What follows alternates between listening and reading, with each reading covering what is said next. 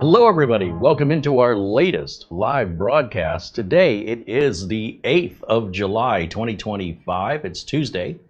My name is CareyHolzman and Amazon Prime Day is going on. I don't know why it's called Amazon Prime Day. It's going on for the next 4 days, today, tomorrow, Thursday, and Friday. And 117 degrees is protected for us here in Phoenix tomorrow. 117 degrees Fahrenheit. Holy moly, I think I'm not going anywhere tomorrow. At least not until after the sun sets, and even then it'll be 105. Crazy, crazy temps. Maybe setting new records here.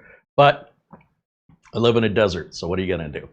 What are you going to do? Today we're going to look at the new Trycoo WO4, and that is on an Amazon Prime Day deal, I think.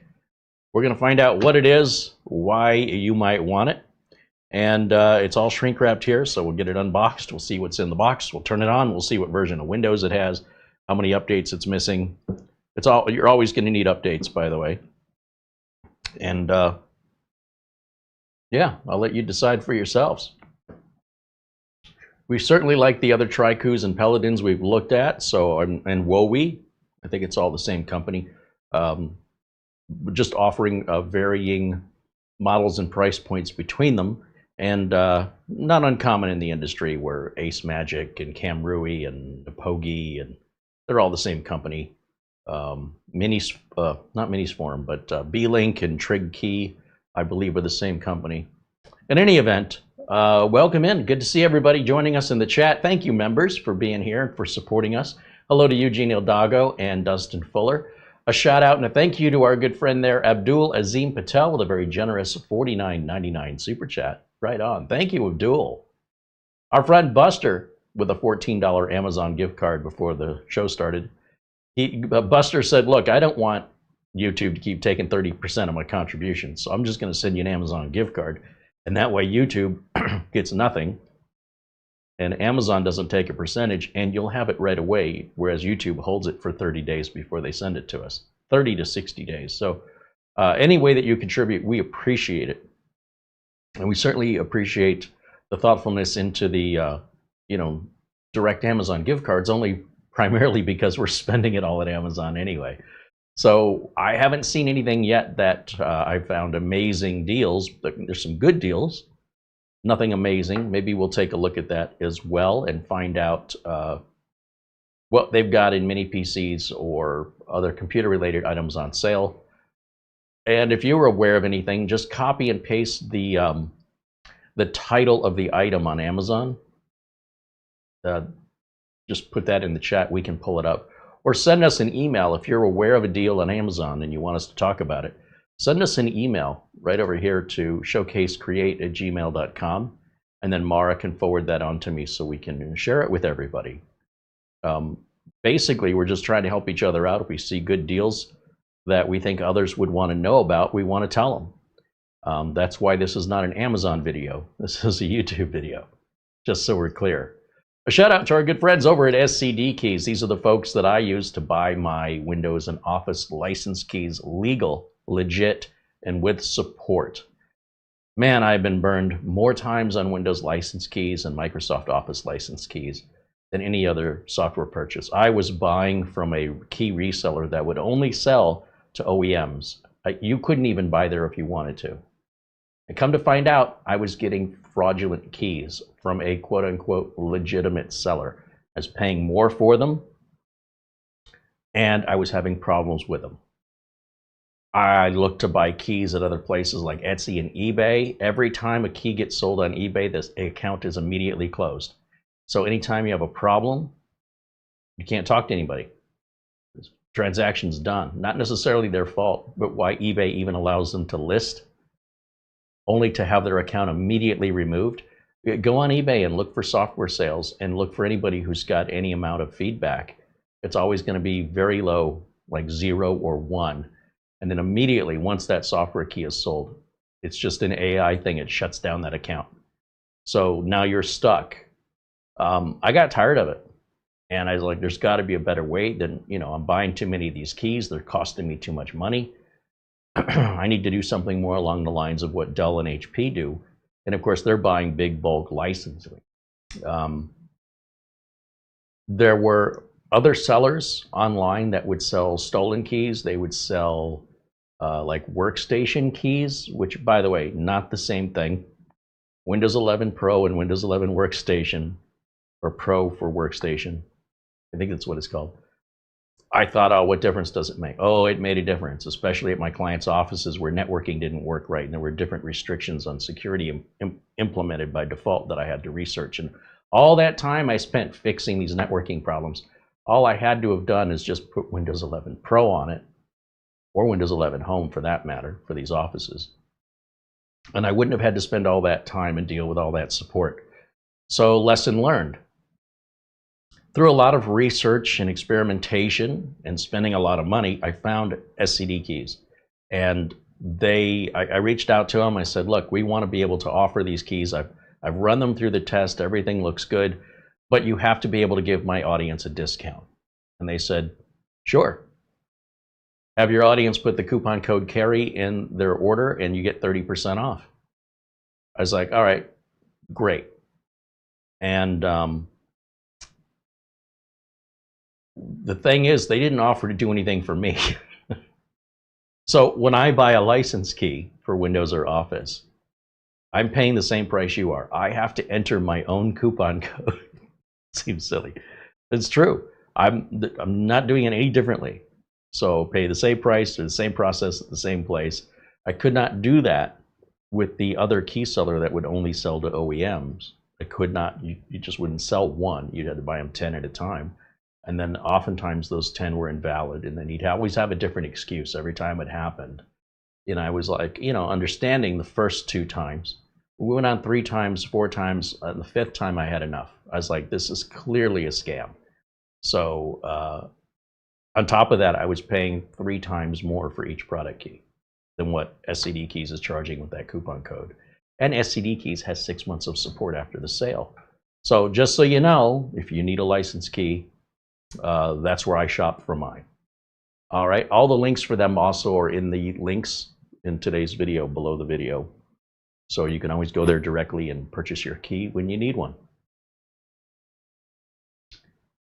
Let's see, Eddie Casanova says hello. There's Frankie B. Hey, Frankie, good to see you, my friend.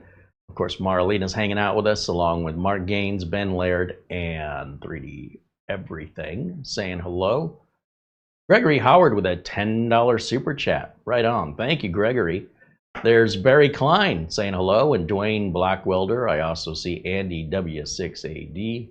He says the Trycoo W4 is the same as the Paladin W4, except the CPU and maybe the color. Yeah. Yeah, that sounds about right. Jose Lopez joins us and says hello. Richard DeFries saying hello.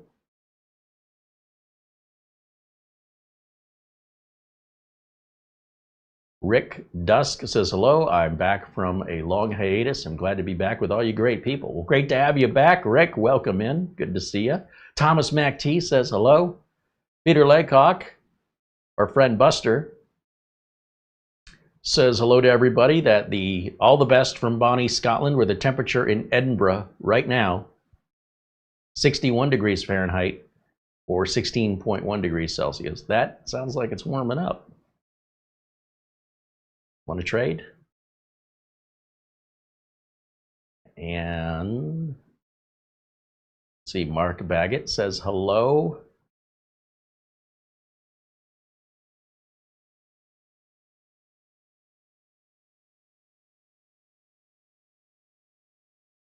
And Dazzle555 joining us. All right, well, let's get to it. The Trycoo WO4. Let's go over to the Amazon page right now and just take a look at what this is before we open it. We can compare it to the pictures and description that way. I like to do everything full transparency. Yes, they sent us the unit for free in exchange for a review, but there's no other conditions or clauses. And we certainly appreciate they have trust in us. And they're confident enough in their product that they know I don't have to follow some guidelines or get their approval before I can show you my content. A lot of companies. Whew. I would say it's more common for companies to want to control the content and control what you guys at home can watch than there are companies that truly believe in their stuff and just let us review it. So when you're seeing it here, we either paid for it or the company agreed to allow us to shoot it live. So a company like Ugreen did not allow us to shoot that live. So we just bought one. And then we found out a big flaw in it, which for me makes the whole thing useless. It is a brand new operating system for Ugreen, and I don't expect it to be perfect, but I'm also not going to hold on to it and wait until some magical day that they fix the issue. With no guest account, I cannot use it. It's the only NAS I've ever seen that doesn't have a guest account. So it was interesting to me how none of the other reviewers pointed this out. Maybe it's as if Ugreen needed to look at the video and approve it and request any changes before you were allowed to see it. How would you know? So just so you know, or maybe the reviewer doesn't understand the value of a guest account and therefore didn't even notice it was missing. Could be either way. You just never know. But it absolutely makes the unit useless for me. So in any event, let's go back over to the Amazon page here for today's review. This is an AMD Ryzen 5 5600H. This is a 6-core, 12-thread CPU that'll turbo up to 4.2 gigahertz. It's got 16 gigs of RAM installed with a 512 gig NVMe SSD. It'll support 3 displays at the same time. It has dual LAN along with Wi-Fi 6, Bluetooth 5.2, and USB 3.2. Now you see here $300. That sounds about right when you consider entry-level machines are around $150 and maybe even $130. Somewhere between $130 and $140, you're going to get 8 gigs of RAM and often 256 of storage, and it'll be a SATA SSD and not NVMe on an Intel N150. That's single-channel RAM. So you can see you're getting a lot more for your money. And there's a discount code. It says sign in to redeem 20% off. So off of $300, that's 10% of $300 is 30, and you double that to 20%, that's 60. 60 minus 300 would be 240. And they do make it available with 32 gigs of RAM and 1 terabyte of storage. With this is on a Prime Day deal right here at $237.99. Whew, that's basically cheaper than this one. And you're going to get twice the RAM and twice the storage. Interesting. What about this one over here? This is the low-end version of it with $50 off. You're at $219. That's really not that much more over an N150, but it's a lot more processing power and a lot more upgradability with NVMe.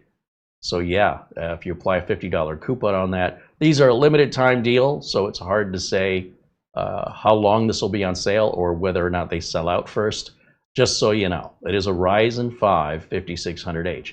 Now the Ryzen 5 5600H is not a spring chicken. 5600H release date. That came out initially, was introduced in 2021. All right, so one of the ways you can save a lot of money with computers these days is not to buy the latest and greatest thing. And I've been having this discussion a lot lately with people who are under the impression they need new computers when they just need to clean the one they have. And the problem is people are used to computers becoming more responsive, faster, and just overall better in the sense of it's time to upgrade. But for your average home user, they can't tell the difference between an N100, a Ryzen 3, a Ryzen 5, a Ryzen 7, a Ryzen 9, other than maybe the size and fan noise and maybe the power consumption. And the reason for that is once you reach a certain level of performance, like when we talk about RAM speed or we talk about solid state drive speed, the end user doesn't notice the milliseconds of difference that it makes outside of benchmarks, unless an end user is using something very resource intensive. Say you're rendering videos or you're running AutoCAD, or maybe you've got a flight simulator program. Something like that, you're going to be spending a lot of money because you'll never have it fast enough. Never heard a video editor say, oh, this computer is too fast.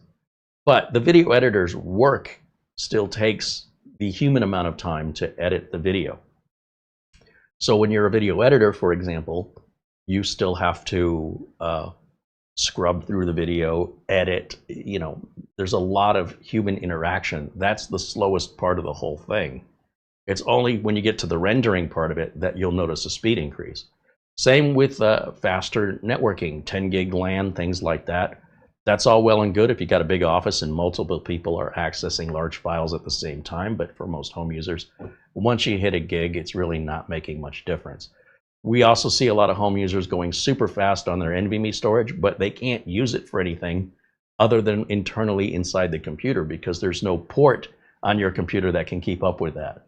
So you end up with just an internal drive that's fast internally, but anytime you try to put data on that drive from the internet or USB or any, where does the data come from? It's going to be it's slow. It's no faster than a cheaper, slower drive. People aren't getting the concept, and I'm going to try and find a better way to explain it. But the bottom line is that a computer from this chip, rather, that was introduced 4 years ago is still extraordinarily viable today. Furthermore, if you look on Amazon and you look at 10th gen, 11th gen, 12th gen, 13th, 14th, and Ultra processors are all being sold today.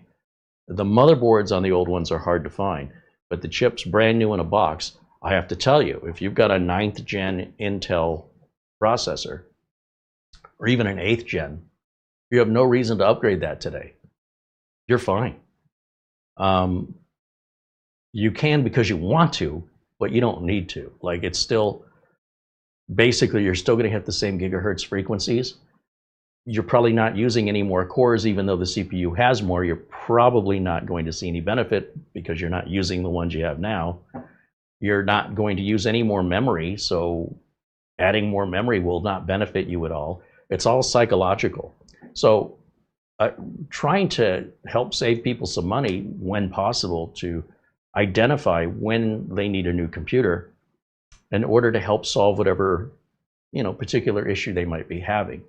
I don't believe that the issue with a computer is usually solved by replacing the computer unless the computer is no less than, I'd say, 8 years old, minimal. And even then, probably 10 years now.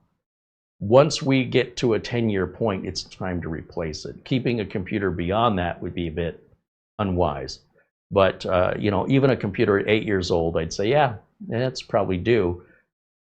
Even though it's fully functional, everything's fine with it, you would see a benefit from replacing it. You would notice a speed difference.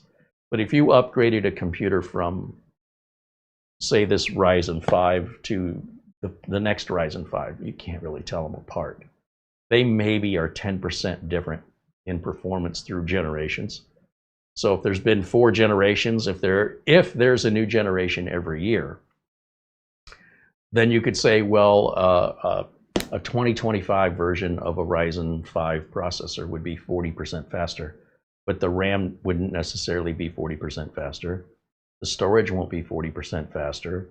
You aren't going to be 40% faster. Your Word, if it opens in 3 seconds and now you can make that 40% faster, would you even notice? Because if you blinked, you'd miss the performance difference.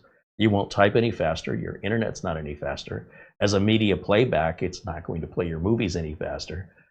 You understand what I'm saying? So a lot of it has to do with very specialized resource-intensive applications that justify high-end machines. And the other part of it is just simply marketing to get you to drool over something that you don't need, but you want. That's why people buy Corvettes.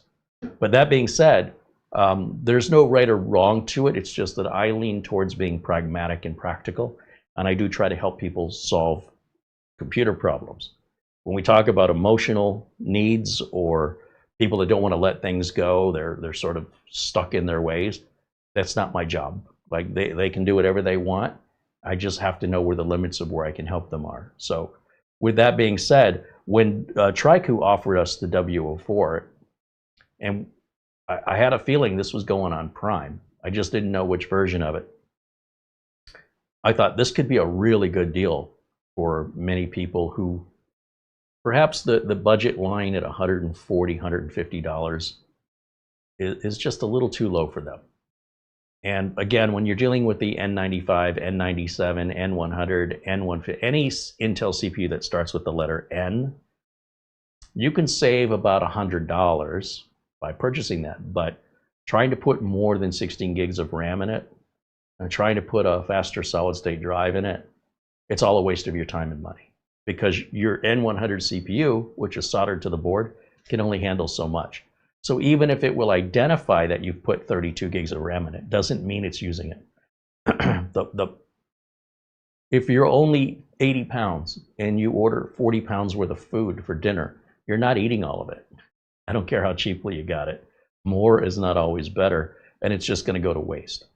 It's just not possible for you to just in one sitting sit down and eat half your body weight. It's just not going to happen. And in the same time, a lot of people don't need that anyway. A lot of people just need, especially business users, they need to open Word, Excel, PowerPoint. They're not playing games. The minute you start playing games, you must have time and money. Time for the high-end computers, time to play the games, money to buy the high-end, money to pay for the games. It's an endless stream of income. They want you to subscribe. You want a monthly bill going out. And you're essentially, when you're playing games, you're solving problems and working, but instead of getting paid to work and actually accomplishing something, you are paying to go to work and to problem solve and troubleshoot, and you're paying for that.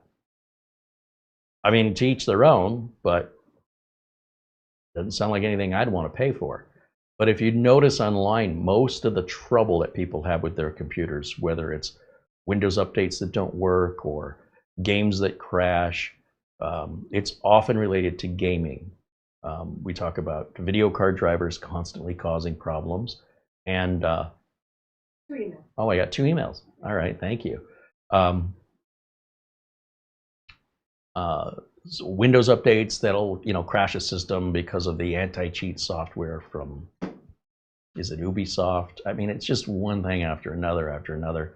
Then you look at people wanting these games to be taken care of forever, not to destroy them, and then it's just a whole lot of anxiety and anger and troubleshooting and money and time, all dedicated to gaming. And I mean, if you're making the game, if you're on the other side of it and you're developing the game and you're getting paid, and these people are paying you to play your game, you only had to develop it once. All you're doing is selling copies. Whew, that's some good money right there. So I don't care which one of these you fit into, if you're a gamer or you're a home user, but set your expectations accordingly. I've seen people trying to play AAA title games on the cheapest computer they can buy, and they're trying to upgrade it to make it capable, and it's never going to work. It's never going to work well anyway. It's going to cost them way more money over the period of time that they start adding more things than just buying it out of the box at 3 times the price to do what you need to do right out of the gate, and then save all that time and save all the additional expense. But this is the culture. It is exhibited multiple times a day throughout forums and discords and other content creators, just constantly showing you how to fix troubles with games, and a lot of it has to do with spending money. So that's all well and good, but it's just not what we do here. I don't have any interest in that, because honestly, it's there's not enough meat on the bone for that to maintain any business from my perspective. If you don't believe me, ask GameStop. But that being said, we're going to take a look at today's machine here, the WO4, and we'll just check emails before we get started. And let me jump back over to the chat room here.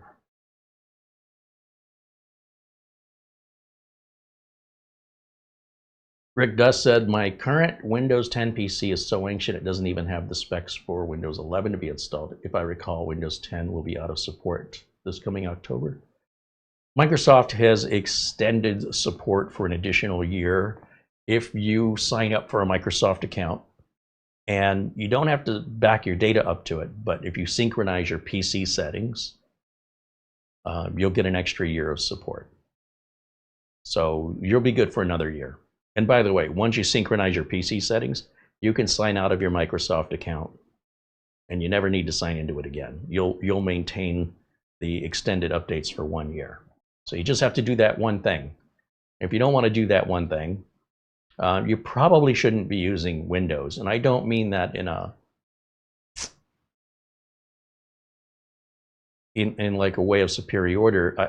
I'm referring to it in a way of just your safety and with regards to being able to secure yourself. If you can't afford to lock your doors, then how can you sleep well at night?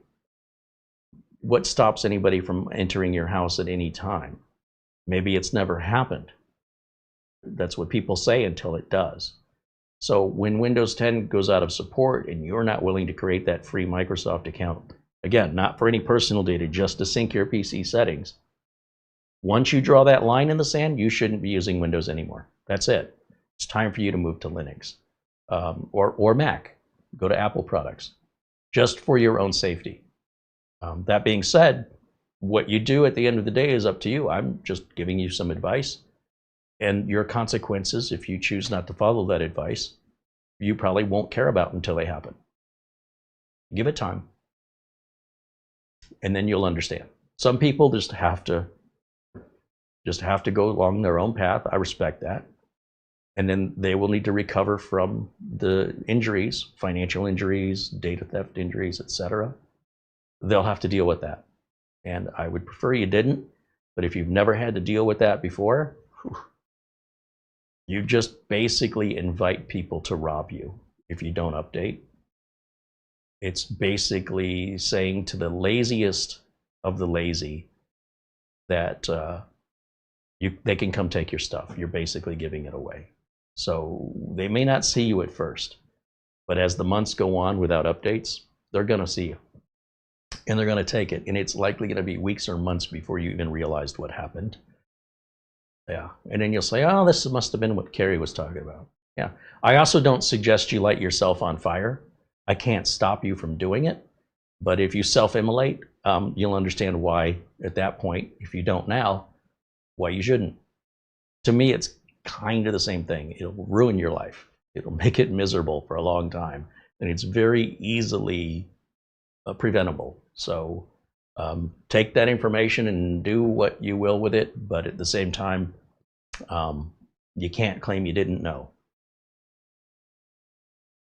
If you want to learn more about the extended security updates, or ESU, for Windows 10, just type it into Google or here in YouTube. There's many, many videos and articles that detail how that works so that we can get on with doing this.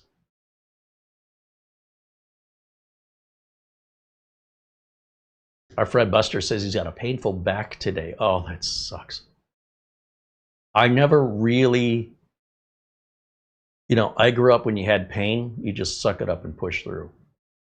Until I had back pain. That is a different kind of pain. And until I experienced it, my empathy for it changed real quick. So, yeah, that's not like any other pain I've ever had before. So hopefully it's not too bad, Buster. But try not to aggravate it. I guess that's the best thing I can tell you. There's Michael Lavelle joining us and says hello.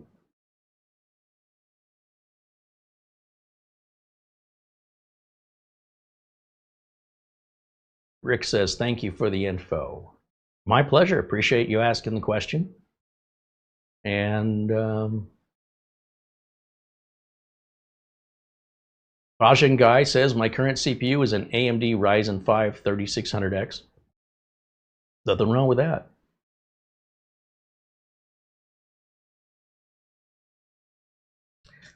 Okay, let's check the old email here, and then we'll get to our unboxing.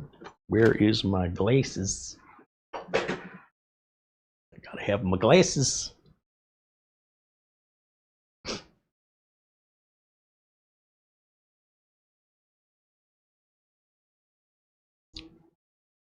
Our friend Barry Klein sends an Amazon gift card. Here's a Prime number value gift card for Prime days. Now go hunt down those bargains. $29 Amazon gift card.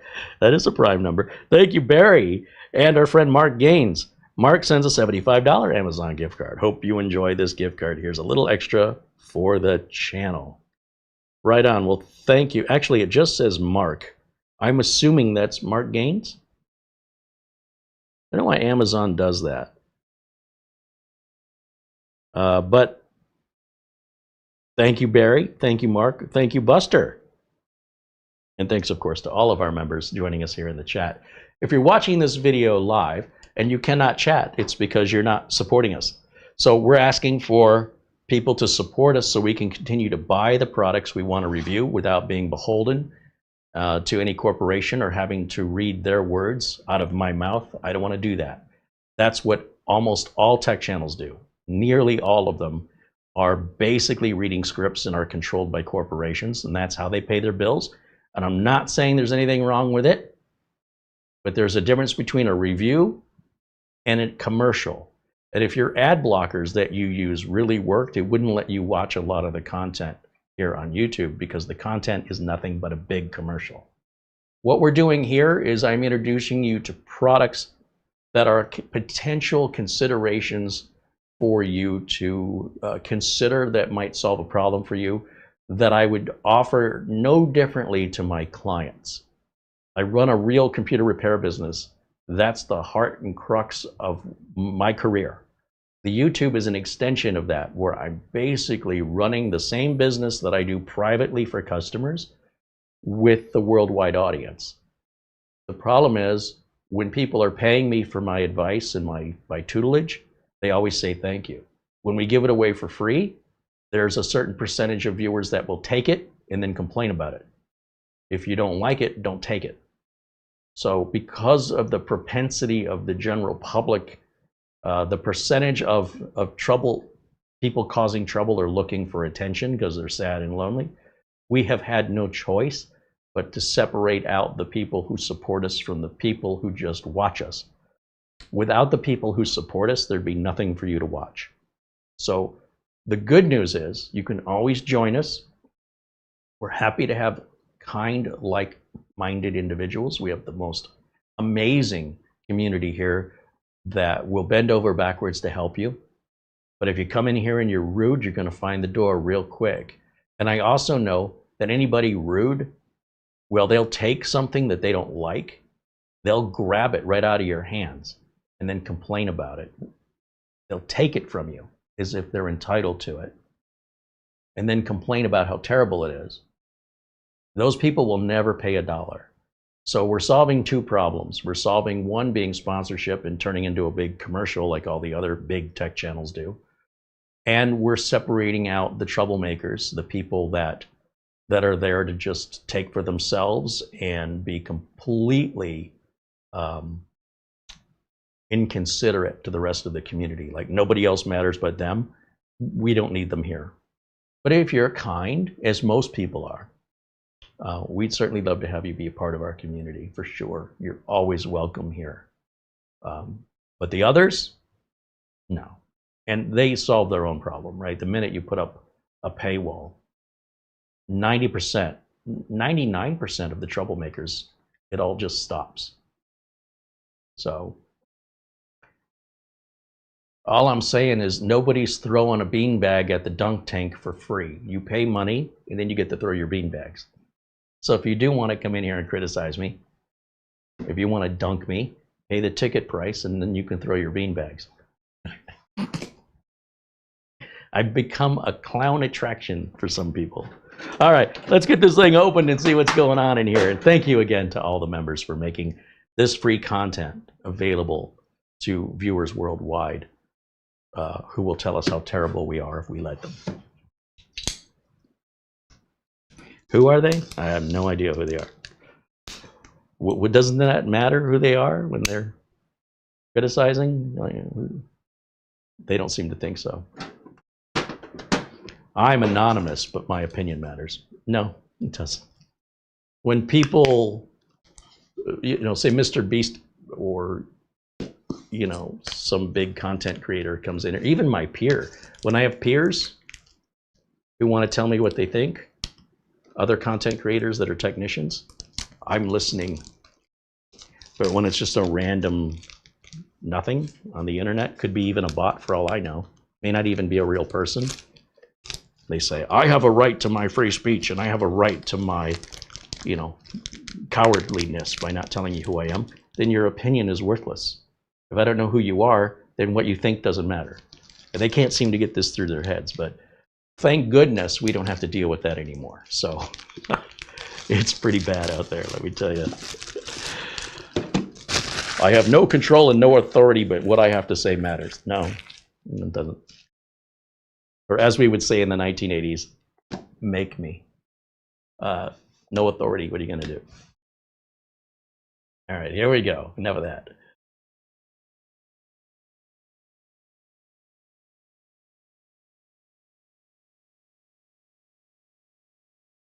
I'm just looking here in the chat before I start paying attention to this. I'm taking one last look here.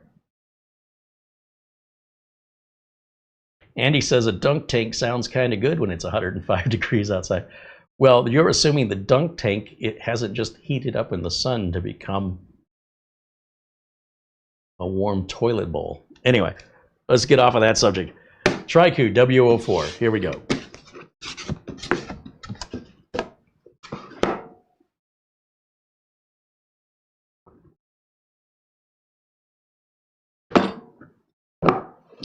Okay, here we've got documentation, the mini PC, and then under here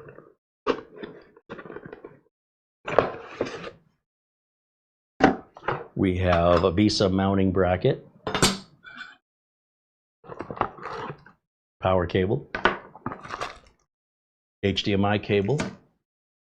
That's a really short HDMI cable, so if you wanted to mount the mini PC behind your monitor, make it look like you've got an all-in-one.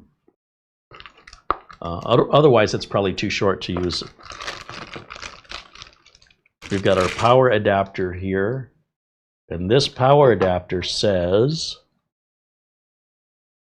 it's 19 volts, 4.74 amps. It does not say Trycoo on it. This is pretty common. I would write Trycoo on this just so these two, if they ever get separated, you don't want to plug the wrong power adapter in. We have a quality inspection, a little piece of paper there. We've got some screws. So these screws are going to be used for a couple of things. When you see this many screws with a mini PC, it usually indicates for an internal SATA hard drive. Now, I would not put an internal SATA hard drive in a little mini computer. All you're doing is trapping more heat in it. And it won't run any faster inside of the computer than if you just plugged it in through USB 3. So just buy an external USB cable, and you don't even have to buy an enclosure. But if you don't want to take my advice and you insist on putting a 2.5-inch SATA drive in here, you've got screws for that and screws for the bracket for mounting it. And then finally in the box, we have the aforementioned SATA cable. Again, I think this is your own self-punishment. If you choose to go that route, you absolutely can, and you absolutely should not. If you respect your computer and you don't want it to get too hot, it makes a lot more sense to not put your eggs all in one basket. Just simply buy a little $6 SATA to USB cable and just plug it right into one of your USB ports. It will run the same speed without trapping all the heat that will affect your RAM, your Wi-Fi card, and your NVMe drive. They offer you that ability, and I would not do it if I were you. This isn't 1998 anymore. So with that being said, let me go back over to camera 1, and let's get this thing powered up, turned on, and see what it's like. Oh, I like the color of it here. It's kind of almost like a gunmetal color. It's all plastic, so it's lightweight. And not a lot of USB on here. However, you know, there's always USB hubs if you have that many devices. I think, you know, you've got the two USB 3s right up front with a Type-C right here. You've got a headphone jack, headset jack, so headphone microphone, 3.5 millimeter. The orange power button, ventilation. You've got DisplayPort, HDMI port, Ethernet, power jack, and two USB 2s, which is ideal for your keyboard and mouse. And that's pretty much all she wrote. Let me bring it up to the camera and I'll show you closer up here.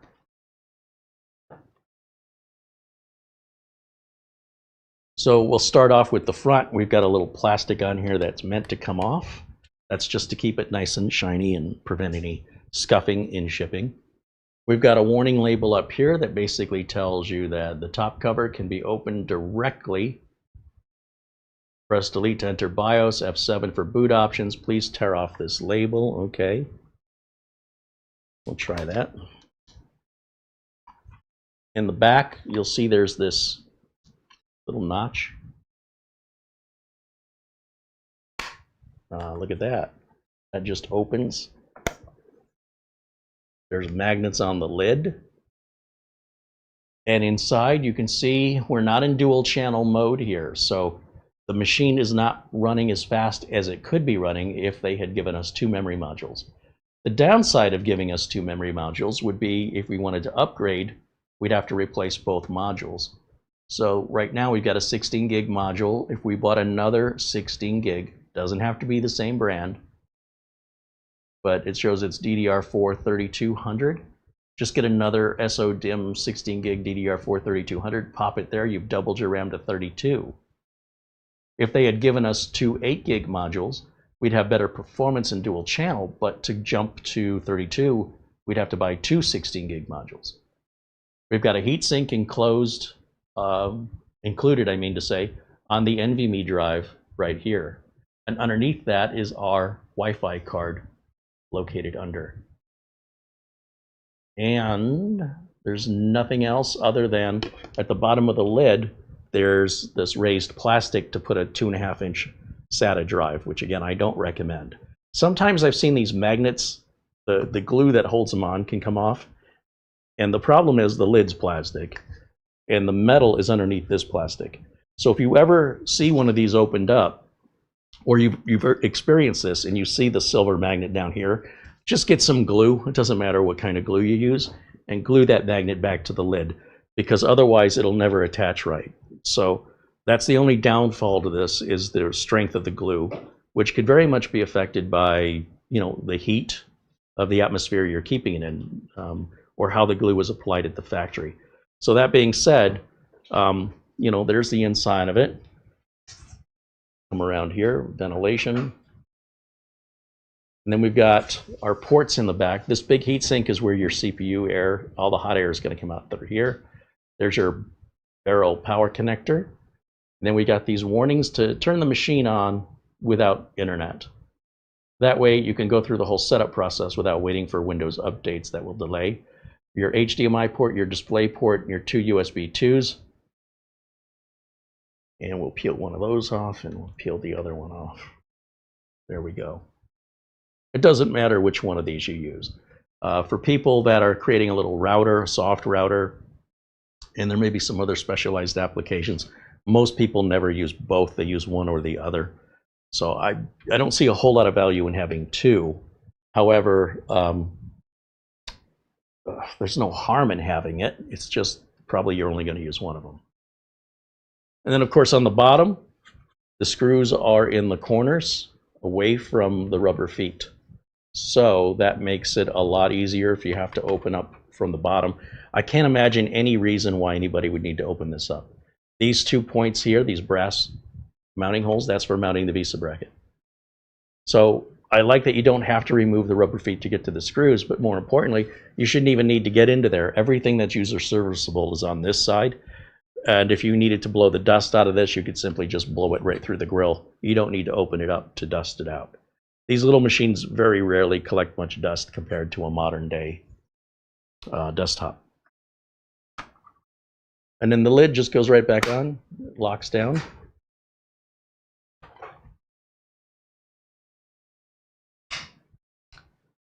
We can use this later as a thumbnail. Hopefully I got something. We'll see. But overall, I really like the design of a lid that, you know, you just pop that off. I love that we don't have to remove any rubber feet or need any jeweler screwdrivers. Everything's easily accessible. So let's get it plugged in, turn it on for the first time, and see what our setup is like. As a reminder, I do not connect to the internet until after I'm at the Windows desktop.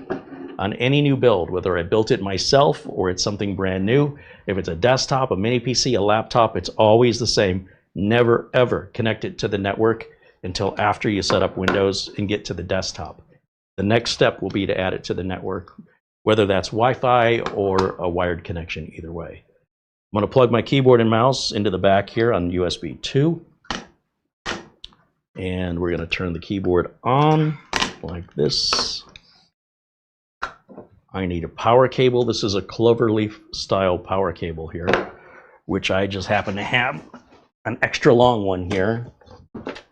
We'll plug that in. And then I need an HDMI cable to go out of this into the camera, which I have under my feet. I'm keeping it from running away.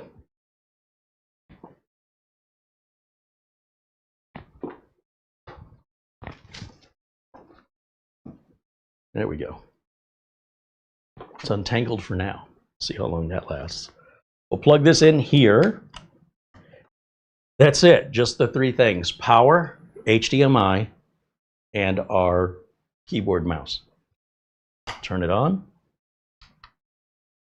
You'll see there's a small blue light that comes on the front when we power it up. And then I'm going to switch over to the output of this. Here we go. First time power up. Live, unscripted, and unrehearsed.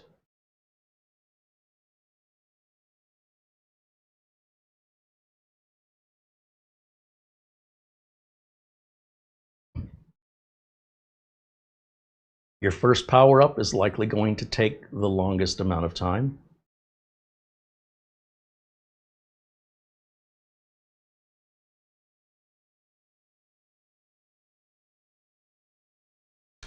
So be patient.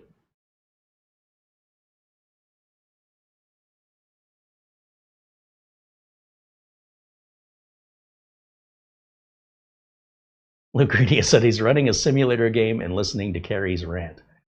Well, I'm just trying to help people. It's like somebody's like, I'm really thirsty, and you go, here's some water. I don't want that water. It's not my brand. Okay, then die of thirst, I guess. I mean, it's frustrating because when you're offering somebody a solution that they really need, but they refuse to accept it, but at the same time they're asking for help, you know, there's sort of the no good deed goes unpunished thing where you're like, never mind, sorry, I tried to help, you know. So yeah, it gets frustrating. Because not everybody does that. A lot of people will say, wow, thank you so much. That solved my problem. You're welcome. That's how it's supposed to go. But apparently nobody told them that. All right, here's our first time out-of-box experience. Let's see here. I need to go full screen on this side so I can see it. Okay, mouse is working. So English, United States. Yeah, that's what I want. We'll click yes. And US again. US again. Skip that. I'm not going to connect to the internet. It says I don't have internet right here. Continue with limited setup is basically telling it you don't have internet twice. Sometimes on some computers you have to do a Shift F10. On this one, the way Trycoo has set it up, you don't have to go through those steps, so I appreciate that. We just accepted the license agreement. I'll put the username of user right in here like this. Enter, enter. And then finally, it'll come up and ask us about settings. It's not doing this silently. It's asking. It's very transparent. So you can turn these on and off. You can go in the control panel if you change your mind. I like my date and time to be set for me constantly because clocks always lose time. And the factory where this was built is in another country in another time zone. So the odds of you getting it in the same time zone, pretty low. But if you allow location setting on, then Windows can automatically keep your clock up to date, including during daylight saving time. And you never have to mess with it. This idea of setting the date and time went away with the flashing 12 on the VCR. I bet you haven't seen a flashing 12 o'clock in a long time in your life. We've moved on since then. Please join us, is all I'm saying. Now that we've answered all the questions, it comes up, it says, hello, we're getting some things ready. When it's done, we're gonna get to the desktop. Then I will connect it to the internet. We can check for updates. This is always the same process. If you've been watching me since 2009, I've been doing this in every single new build, new laptop, new mini PC, any new computer, first time boot up. It's always been the same for the last 20 years. So, you know, long before I had a YouTube channel, this has always been the same process. And if you've been watching for a long time, you must have seen me say this now thousands of times, thousands. So eventually, though, we're going to get the message out. It's just a lot of people still haven't discovered me. Some people may see me for the very first time in this video 3 years from now in 2028. They'll say, hey, I didn't know that. Well, we're doing our best to get the word out. But it's not that anything bad's going to happen if we plug the network cable into it. It'll force us into creating a Microsoft account, and it'll start doing updates, making the process of getting to the desktop take, you know, upwards of a half an hour or longer.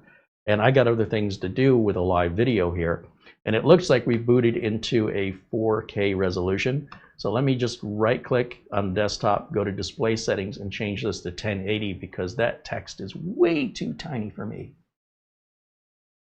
1920 by 1080 is what I want. Now, let's go back over here to camera 1 for a second. I'm going to grab my Ethernet cable. And I want you to watch what happens when I plug this in. If you look at the start menu, for example, let's just put myself in a corner. And let's take a look at this start menu. You see how there's just a lot of gray boxes in there? When I plug the internet in, it's going to take a minute, but if you watch the bottom right corner, that little globe down here in the bottom right corner is going to change to a little monitor, and it's going to get an IP address from my router, which then gives it internet access, which then Microsoft reaches out to their servers, depending on your region, and like if you're in the EU and there's certain laws there versus in the United States, this propagates accordingly. Okay, so that's how that works. That's why those don't appear until you have network access. Then we're going to go to settings, and the first thing I want to do, because it takes a long time, is I'm just going to go to Windows Update, and I want to check for updates. All right, and while it's doing updates, we can look at some of the specs on this. Device Manager, MS Info, stuff like that. And I do make a couple of little changes here. First, let me get rid of camera 1 so we can see that whole screen. And let's go over to advanced options here, and we're going to turn on keep me up to date and notify me when a restart's required. I do see an optional update. I always grab optional updates. It's up to you if you want to. You will eventually get any updates that are required. I personally feel like all updates are good updates. So a lot of times when people have problems with updates, it's identifying a previous condition, a previously existing condition that they just simply weren't aware of. My computer was running great until I downloaded the latest update. No, your computer had a pre-existing problem you were unaware of, and when you put the update on, then you were able to identify there's a problem with your computer. It's not the update in most cases that's the problem. It's usually the computer, and it's usually some customization or a piece of software that has an issue. It may not always be the user's fault, but it's also not automatically Microsoft's fault. Sometimes it is, but you'll know because if it's a Microsoft issue, it'll be on the news. It'll be, you know, anywhere outside of YouTube, basically. When it makes it to your local evening news, then you know it's a problem. When you're only hearing about it on Reddit and on YouTube videos, it's not even newsworthy. All right, so just keep that in mind because a lot of people like to scream that the sky is falling simply because an acorn fell on their head. I guess they don't teach kids that today. Let's take a look at our device manager. Well, first of all, let's go to the system properties and let's see what's in here. The W4 is an AMD Ryzen 5 5600H with Radeon graphics. 16 gigs of RAM is installed, 15.4 is usable because our Radeon graphics is using some of that. Down lower, it says it's Windows 11 Pro, but it's very old. So 22H2 is very, very old. We're on 24H2, and this fall we're going to be on 25H2. To sit here and update this to 23H2 and then to 24H2, or to use the Windows Update Assistant and skip over 23H2, go right to 24H2. These are 6 gig downloads, folks. They take a long time to install. It's basically installing a whole new version of Windows 11. Think of it as Service Pack 1, Service Pack 2, Service Pack 3. Instead, we're calling it 22H2, 22H3, 22H4, and then soon 22H5. If you're watching this in 2028, it'll be 22H8. It's not rocket science, okay? And if you're further behind, you may even stop getting updates. It may tell you you can't update the computer anymore. You're already beyond your support for that version, and you must get the new version. Sometimes it's easier to reinstall your operating system. It's up to you. You can sit and wait. If you're patient, just let it download 23H2. After an hour and a half, then you check for updates. You get 24H2, another hour, hour and a half, and then you have updates beyond that. Or you can just reinstall Windows from scratch and get it done a lot quicker. The problem people have with installing Windows from scratch is, what about my drivers? Well, drivers are real easy. We've got the drivers installed right now. In fact, if we go to our device manager, we'll right-click on the Start button, go to the device manager, and you can see all of the drivers are installed. There's no errors in here. And there goes a video driver right now. You see how the screen just went black? That's because Windows Update is putting a newer video driver in. So that's normal, and it just comes back. Also, if we look at MS-Info32, click on Start and just type in MS-Info. Right there it says System Information. This isn't System, this is System Information, 2 separate applications. And in System Information, we can see Secure Boot is currently off. BIOS mode is in UEFI. And what else does it tell us? A little bit about the CPU here. If we want to know our SM BIOS version, more about the build number of Windows, if you want to be that specific.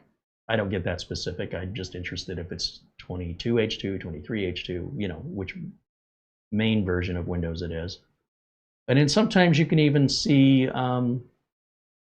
your BIOS in here too. This is SM BIOS 3.3, but I don't know if that's the system BIOS. And turning on Secure Boot's really easy, but I don't want to do that until after I've installed Windows. Now, if I wanted to, I could back these drivers up right now. And you're all probably going, well, yeah, you just use a driver program. No. I am not going to ruin a brand new computer configuration with some third-party software, especially free third-party software. There's one exception, that's my optimizer. And it doesn't really reside on the system. It makes some changes, all Microsoft approved changes, and that's it. You run it one time, it's done. I'm not using a Revo uninstaller. I think you're out of your mind. I understand why you used to use it, and I understand there may be a rare occasion that something will not uninstall. Then I will make an exception, but I will only use the portable version of Revo. I will never install a piece of software whose job it is to uninstall pieces of software. It's the dumbest thing I've ever heard. Secondly, programs like CCleaner, any system tune-up utilities, it's all garbage. I strongly recommend you avoid those. As a real working computer technician, I don't use those. I don't know anybody who does. Nobody I respect in this industry that claims that they're a technician and actually gets paid from customers uses system utilities, unless they're coming from Microsoft, or unless there is an unusual scenario, that would be an exception. But that's so rare. Today's Windows 11 is so far superior, and it's people holding on to the old stuff and old computers and old methodology and old education that are the main source of all the misinformation online. You know, you were taught something, and at the time you were taught it, you were taught correctly, such as defragmentation. It's not a thing anymore, not unless you're still rocking an old computer and an old mechanical drive, in which case the old line of thinking still applies. But if you want to join us with modern technology, you don't need to know all of that. It mostly takes care of itself. I still recommend tune-ups on a regular basis, about once a year, and that's at once a year before you need it. If you wait 3-4 years, then things tend to get a little bit bogged down. You might feel like I need a new computer, when really what you do is just clean that computer. But in years past, with like Windows XP, you plan on doing a reinstall every year. That was just normal operating procedures. So we've come a long way since then. And if you embrace it, you'll understand that you don't need all that extra work, that all these special utilities you learn to love, they've become obsolete. And the companies that make these pieces of software, they don't want to go out of business. So they'll continue to tell you why you should still buy their software, you should still use their software, because they don't want to go out of business. That doesn't mean they're helping you. They're looking out for number one, and they always have been since day one. And once you understand that, it becomes very clear what their motivation is, and you can do your own testing and see for yourself that these system cleanup utilities make no actual difference in system performance or reliability. And prove me wrong. Make a video and show me a system that doesn't work, and then run any system utility on it. Run SpinRite on a failing hard drive. I'd love to see that video when you kill that drive. You'll spend $90 to kill a $40 drive. I don't get it. Or it does nothing at all. It's all a placebo.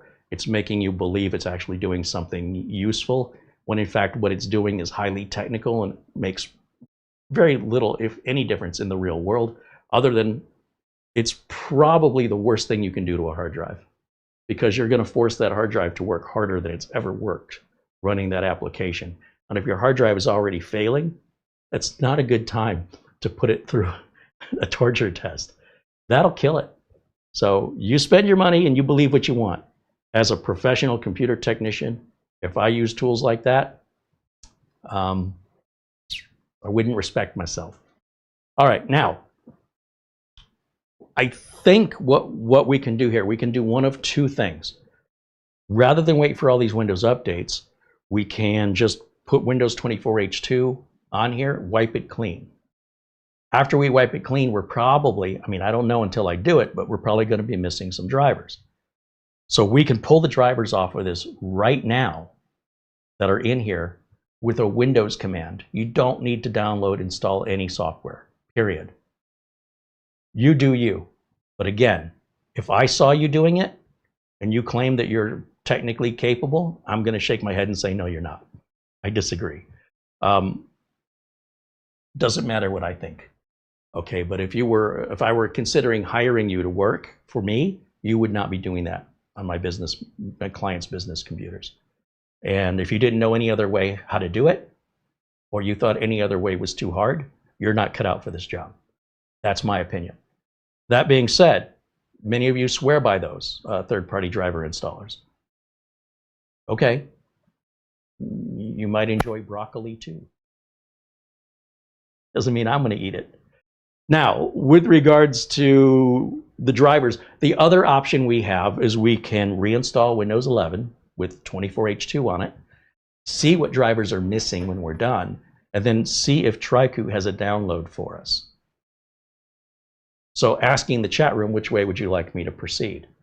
Because if we sit here and do this 22H2 update, and then I have to basically skip over 23H2 if we want to get this done today, download the Windows 11 Installation Assistant for free from Microsoft. Microsoft is not a third party. If you're getting utilities from Microsoft, the maker of the operating system, there's no better source. Who knows Windows better than the person or the company that made it? Understand what third party means.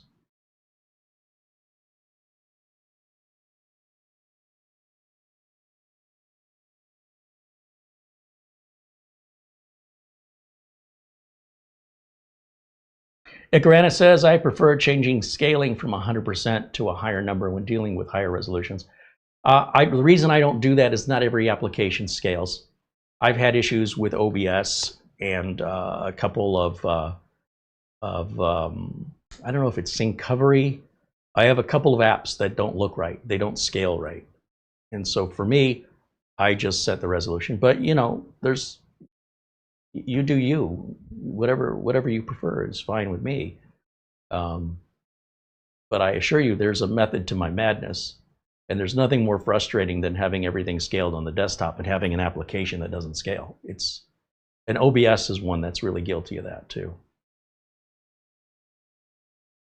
Luke says he wants us to do the local driver backup and then do a clean install. Okay. So to do a local driver backup, we have a video that shows you how to do this.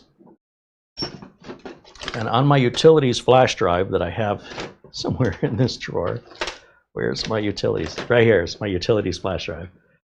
I've got the command to back up the driver files. So we're going to plug the flash drive in right here, like so. And let me go full screen again over here on the desktop so I can see it. Here we go. Now I can see it.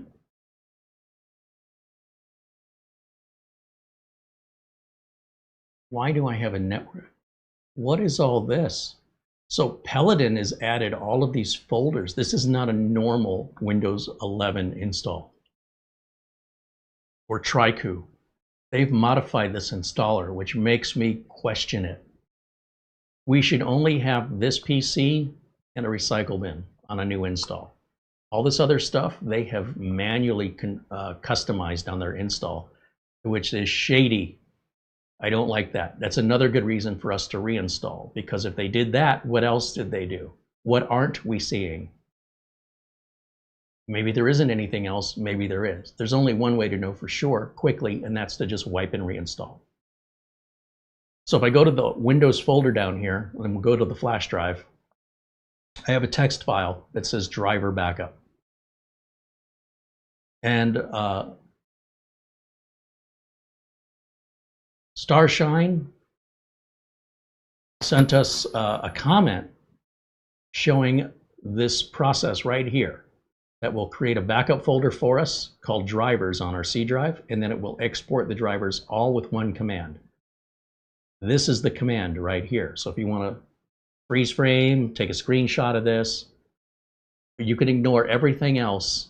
You can ignore everything else. This is what we need right here. I'll right click on that and choose copy. Then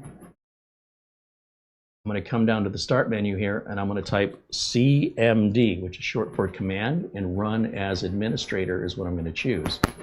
And I'll click yes. And I'll go up here to this box up here and click that and paste. Edit, paste, and it starts running automatically. It pasted that in. I know it happened fast. You might need to rewind and go frame by frame. But as soon as I pasted it, it put that line in and press enter. And now it's done. So if I go back to the root directory, just in case you're curious, well, actually, let me not do it the old school way. I'll do it the way most people know. We go to our yellow folder here. And on our C drive, we now have a folder called drivers right here. These are all the drivers that we're using right now that are installed in Windows. Right click, properties, and we can see how many folders we've got and what size. It's 2 gigs worth of drivers. See how fast that computer is? No third-party utilities necessary. So we take this drivers folder, we right click on it, and we're going to copy that off of here, because when we go to reinstall Windows 11, we're going to wipe this hard drive out, which means we're going to wipe out the drivers folder. So we better put it on a flash drive or a NAS or somewhere we can get it. So I'm just going to right click on it and choose copy right here. And then I don't know that I have 2 gigs of free space on this utilities flash drive, so we'll just grab a different flash drive here that we will be able to pull back for drivers. So somewhere in my drawer, everything slid to the back. Somewhere back here, there's a nice pretty blue flash drive. I know this is not a fast flash drive, but that's okay. We're only moving 2 gigs. I'll plug it in here. Give that a second, and then we'll see that the new drive has been plugged in. We'll open that up. Should be empty. It is. And I'll just paste that drivers folder in there. Now, if you want to save this, and I recommend you do, maybe call it Trycoo W4 drivers. That would be a good name for that folder. Now bear in mind, while we are doing this copy, we're still doing those Windows updates in the background. In fact, it just finished, speak of the devil.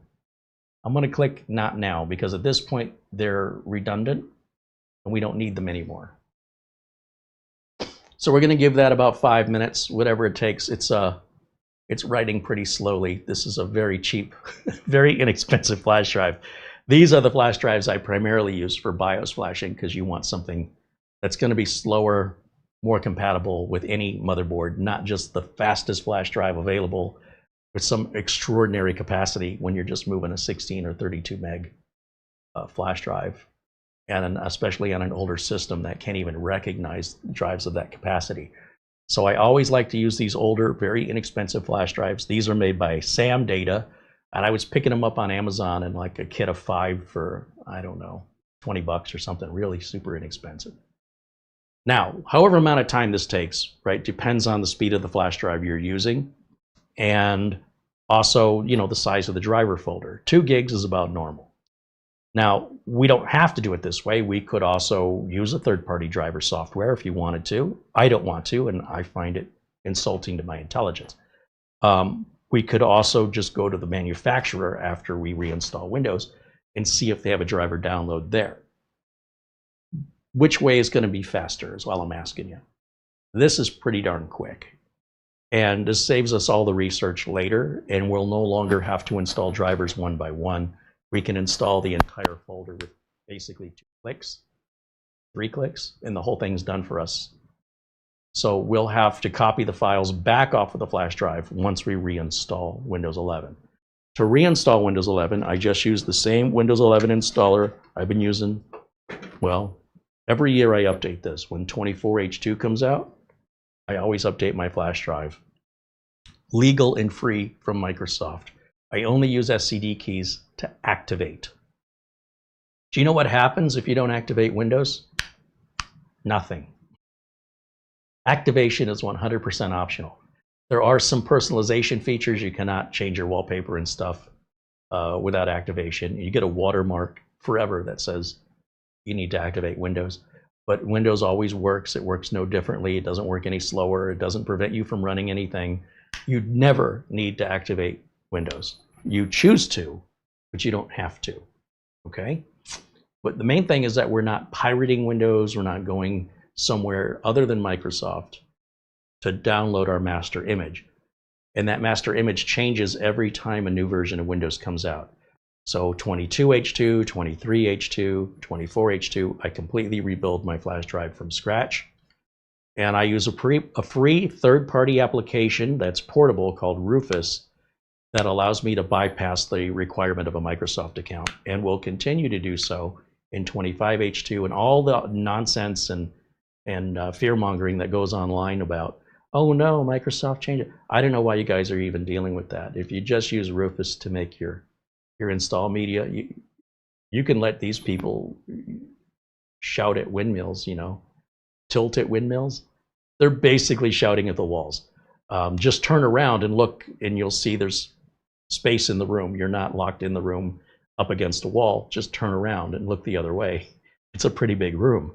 So this is what I'm seeing, people that are oblivious to their realities and choosing to only see the wall instead of seeing the room. In this way, by using Rufus to create my Windows installation media that comes from Microsoft, I know I'm getting an authentic copy of Windows that I don't have to deal with the bypass NRO or Shift F10, never, ever, ever. And I won't have to do it in 25H2, I won't have to do it in 26H2. It's always going to work, always going to work. So if you want to do it the hard way, knock yourself out. But again, you wouldn't be working for me if you were doing that. I need my techs to know what they're doing to get in and out quickly and to stop wasting time and tinkering. We got to get work done. We got to help customers. We got to get paid. Now, with our drivers copied over to the flash drive, I can put my Windows 11 installer right in here, and we can restart this computer. And we'll do start.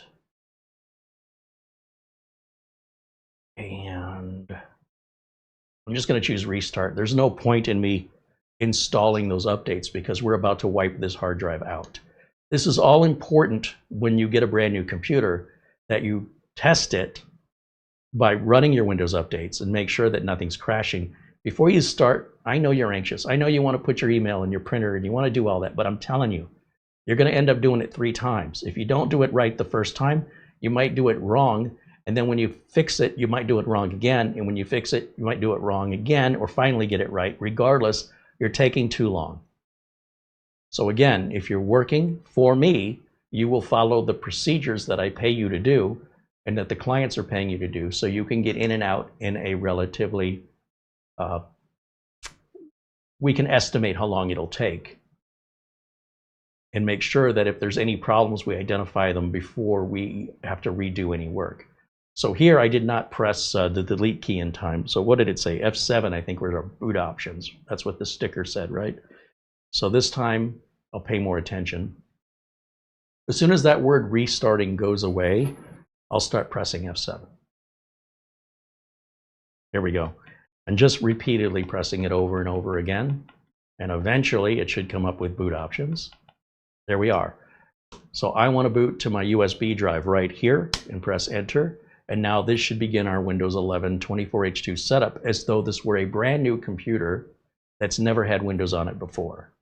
And I'm going to show you how we do that. It's the same process I've shown dozens and dozens, if not hundreds and thousands of times with every version of Windows, from Windows XP to Windows Vista, Windows 8, Windows 7, Windows 10, Windows 11. It's always the same. It doesn't matter if it's a laptop, a mini PC, or a computer we just built ourselves. It's always the same. Now, in just a moment, as it reboots, it should start from that flash drive, and we should get a power on self-test here any minute now. I don't know why it's taking this long, which is a little concerning, but patience, especially on a new build that you're not familiar with.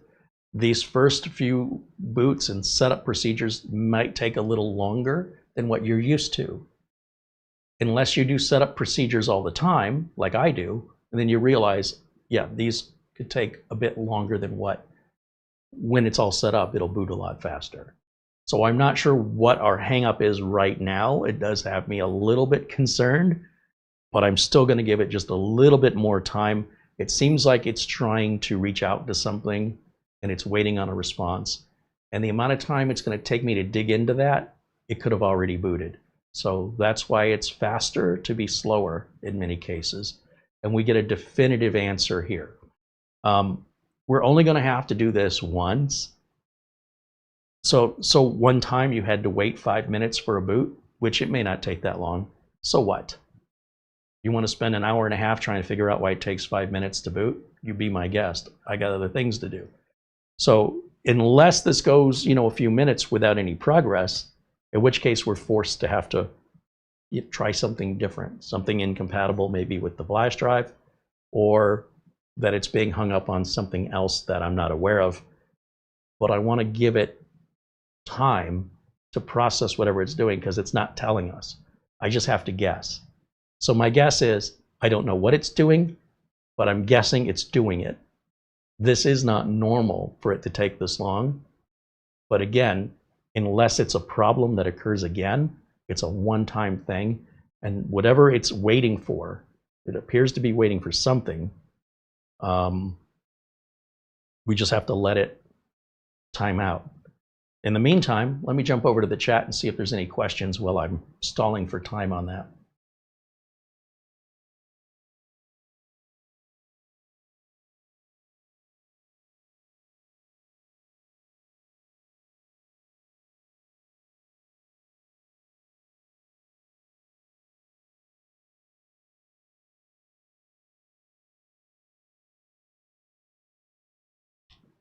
Dwayne says my window covered up some of the screen for the driver backup. Did it? I didn't think it was up on the right. I thought I had it down lower in the left. Let me try something here.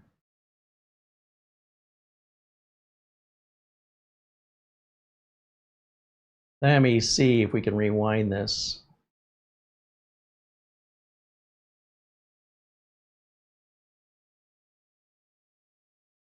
Oops.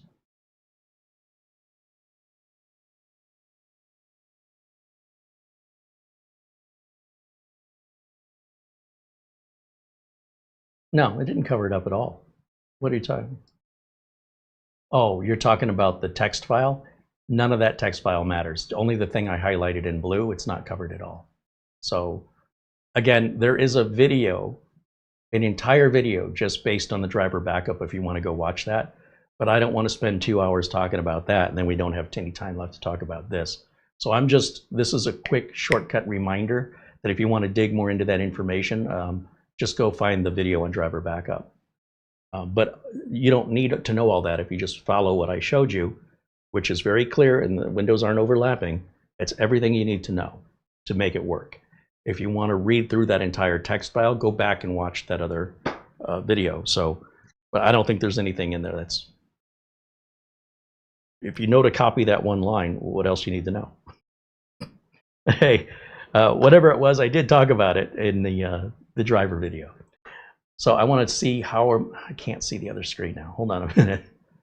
So we're still sitting at a no signal. This is taking way too long. So I'm going to try one other thing here. I'm going to pull power. I'm going to take the flash drive and I'm going to move it to the other USB port. And I want to make sure I've got this fully seated. There's been many an occasion that I'm not plugging cables in all the way. And I'm going to assume, what have I done wrong? And I want you to do that too. Anytime you're trying to solve a computer problem, before you blame Microsoft, before you start pointing your fingers, ask yourself this first question: what did I do wrong? Then see if the problem still exists. More times than not, you solve your own problem when you look to yourself for the answer. And I've just demonstrated that live. I am not immune from it. I do it too. You just witnessed it. So before I go blaming a BIOS or before I go blaming a compatibility issue, I need to look in the mirror and reevaluate if I've done everything correctly. Your overconfidence is what's going to bite you in the butt every single time. Therefore, it should be the first place you look. At least that's my methodology. Now, as you can see, we booted up a lot faster. We're already at the Windows 11 setup. I'm going to click Next, and US keyboard, we want to install Windows 11. We have to agree and click Next. Now, we know this had Windows 11 Pro on it. The Windows 11 Pro product key stays with the motherboard for life. I don't need to know what the product key is. It's no longer needed. So all I have to do is click I don't have a product key. So then Microsoft says, well, if you don't give us a product key, how are we supposed to know what your product key is for? I'll tell you what it's for. It's for Windows 11 Pro. If I put Windows 11 Home on this, it's not going to activate automatically because we never had a license for that. In fact, if I put any Windows 11 on here that is not Windows 11 Pro, it's not going to activate. So what's wrong with the computer? It's the user. The user created that problem. So I made sure I checked what version of Windows 11 I have, right? We looked at it together. Why do you think we did that? So Windows 11 Pro is what we had. That's what our license key is for. It will automatically apply that license key and reactivate for us. It won't even tell us it does it. It does it in the background silently, and I'll prove it to you later. You don't need a Microsoft account for that to work. We'll hit the next button. Now that we've selected Windows 11 Pro, we agree to their license agreement here. And then it's going to look for locations where we can install. Now we're going to see our Windows 11 flash drive and our internal hard drive. And this is why you should only have one drive connected to your computer when you're installing Windows. You're trying to be clever. You're trying to install all your NVMe drives and all your SATA drives, and then you install Windows and you end up half the time installing it on the wrong drive. When you're doing something like this, it is critical, especially if you're working for me. I'm not paying you to do the job 3 times and to wipe out somebody's data. You only have one drive installed in the computer, and that's drive 0 or disk 0. Disk 1 is the flash drive that contains our Windows 11 installer. Now we know for sure we're not going to be erasing a customer's data by mistake or installing to the wrong drive by mistake. Those are the rules if you're working for me. All of these disk zeros are all partitions that came from the factory, and what we're going to do is delete each one of those. So on disk 0, I want to see nothing but unallocated space. I don't want to see any partitions. So where there was a partition is now unallocated. But there's another partition here on disk 0. We're going to delete that one too. And now that unallocated space will become bigger, and it'll now grow to the size of the partition we deleted. This one here, again, disk 0, another partition, we're deleting that one, and this unallocated space will grow. And we're going to delete this one here. Now you notice it says there's unallocated space and unallocated space. This is like standing in the middle of an elevator, okay? Instead of partition 1, this says person 1, and instead of unallocated space, this is the left wall and the right wall. You're standing between those two walls. When we take you out, it's nothing but a big empty elevator, so it becomes just one disk 0 of combined unallocated space of the total capacity of the drive. That's how the drive ships from the manufacturer when it's new. We have wiped everything off. All data, all formatting, it's all wiped out. Didn't matter if it was Mac OS or Linux, didn't matter. We have wiped it back to like new from the factory, and we're going to select that as our destination drive and hit next.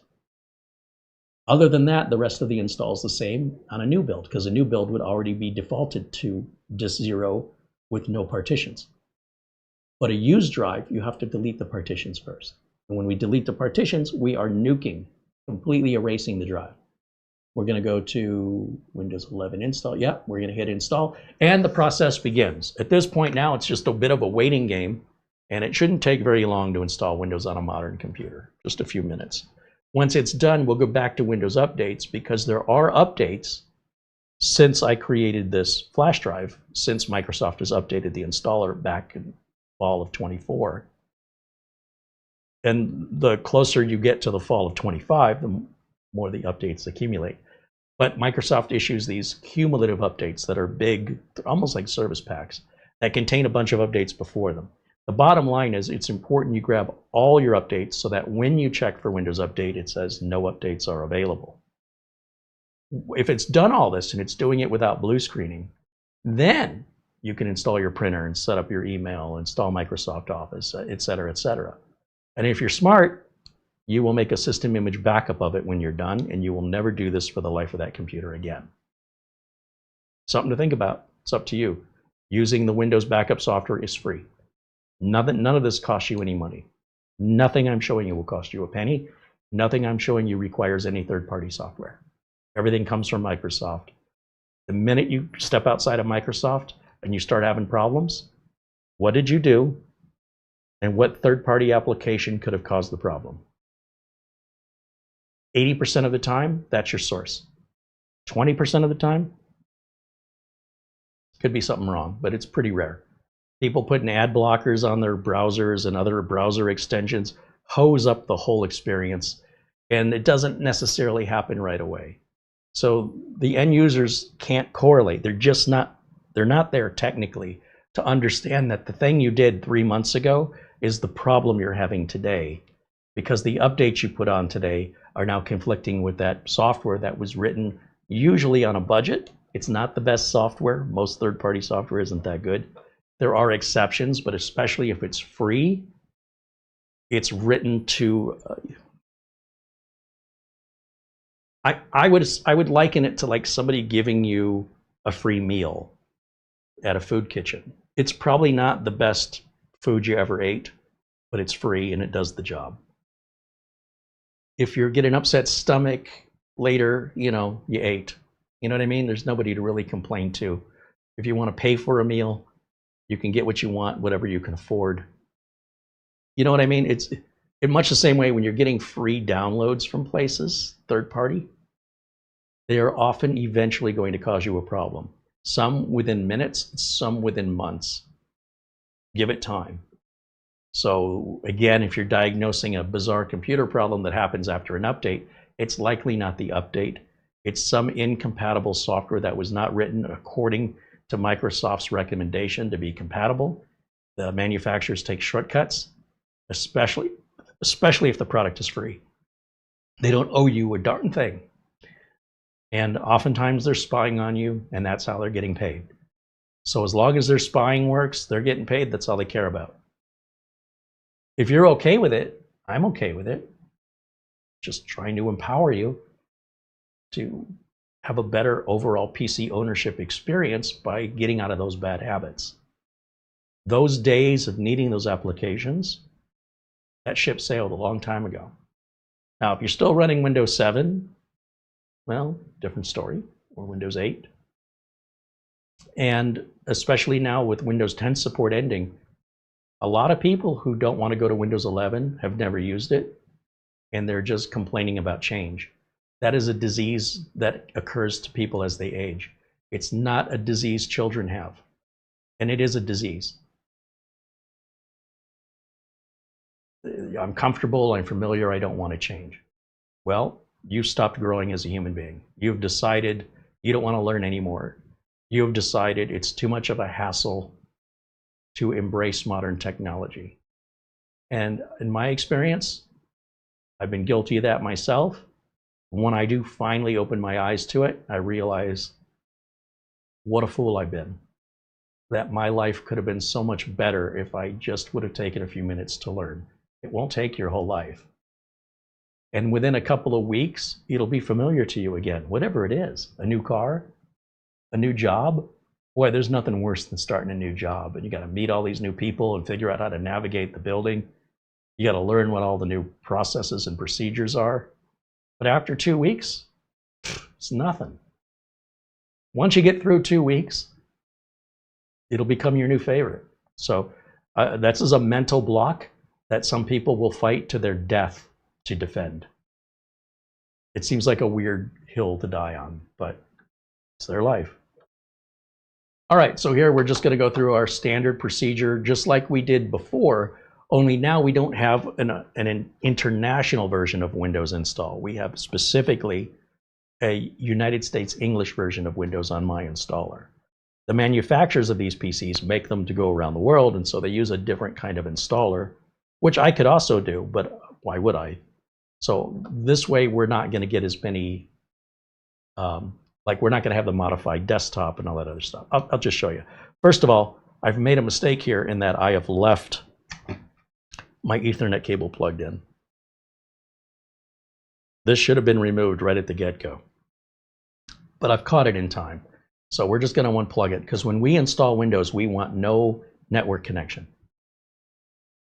All right, let me go back over to my full screen here. Right click, full screen. Where's my full screen? Open source projector, there it is.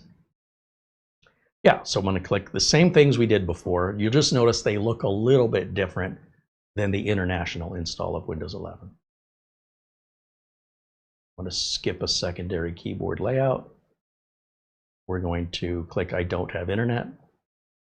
Why does that appear? Because I used Rufus to make this installer. How did I do that? Just look up my previous videos. It's everything I'm telling you, we have covered it in a 2-hour or 3-hour video, but I can't keep re-going over it simply because you didn't go back and watch it. It's there waiting for you to watch it if you want to. That's what I love about YouTube. It's like you want somebody to read a book. Some of you want somebody to read a book to you. Well, the book is there in the library. Just go get it and read it. No, you get it for me and you read it for me. No. If you want to know it bad enough, we want to empower you to do whatever it is that interests you and show you where to go and what you need to do. But we don't want to do it for you unless you're paying us by the hour for our service. In which case, we're more than happy to take our time and bill the bejesus out of you to be your butler, to be your servant. I really want people to be self-reliant, and I want to give you all the tools, but I don't want to do it for you. I want to show you how to do it, and hopefully, not only do you do it, but you spread that information and help other people, and the world just becomes, a happier place. I assure you, with modern technology, for the most part, it makes life better.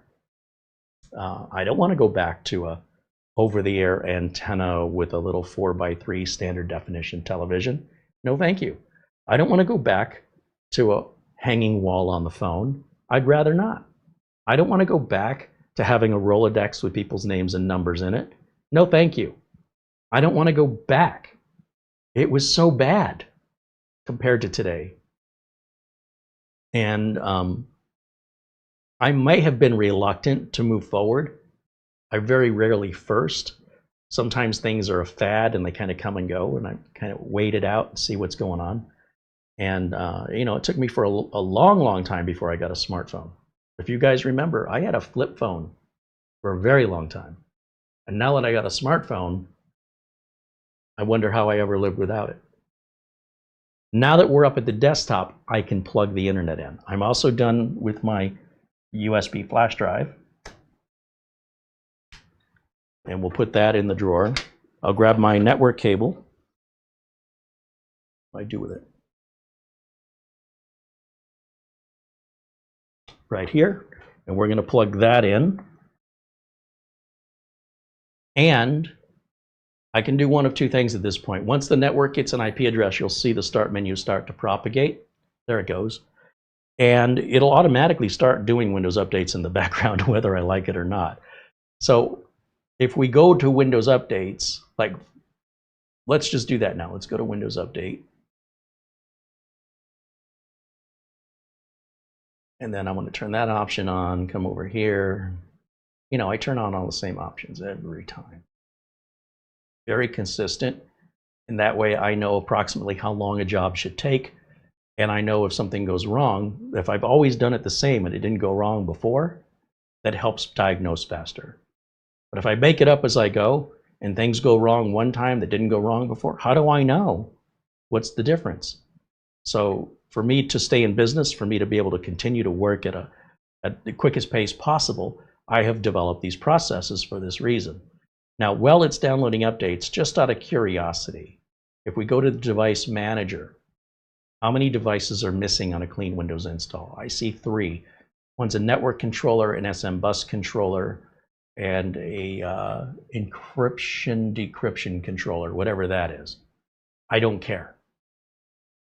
I don't need to.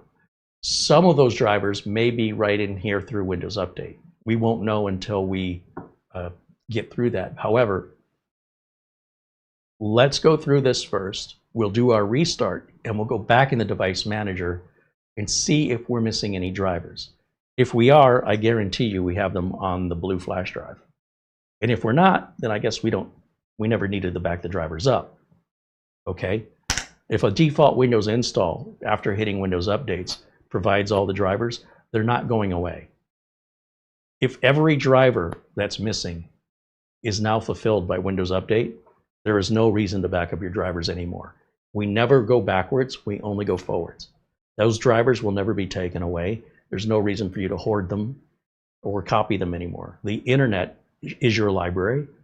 And if the manufacturer of the operating system is providing those drivers, then they will provide those drivers forever until a different operating system comes out, if it's Windows 12 or whenever, if that comes out in 5 years or whatever.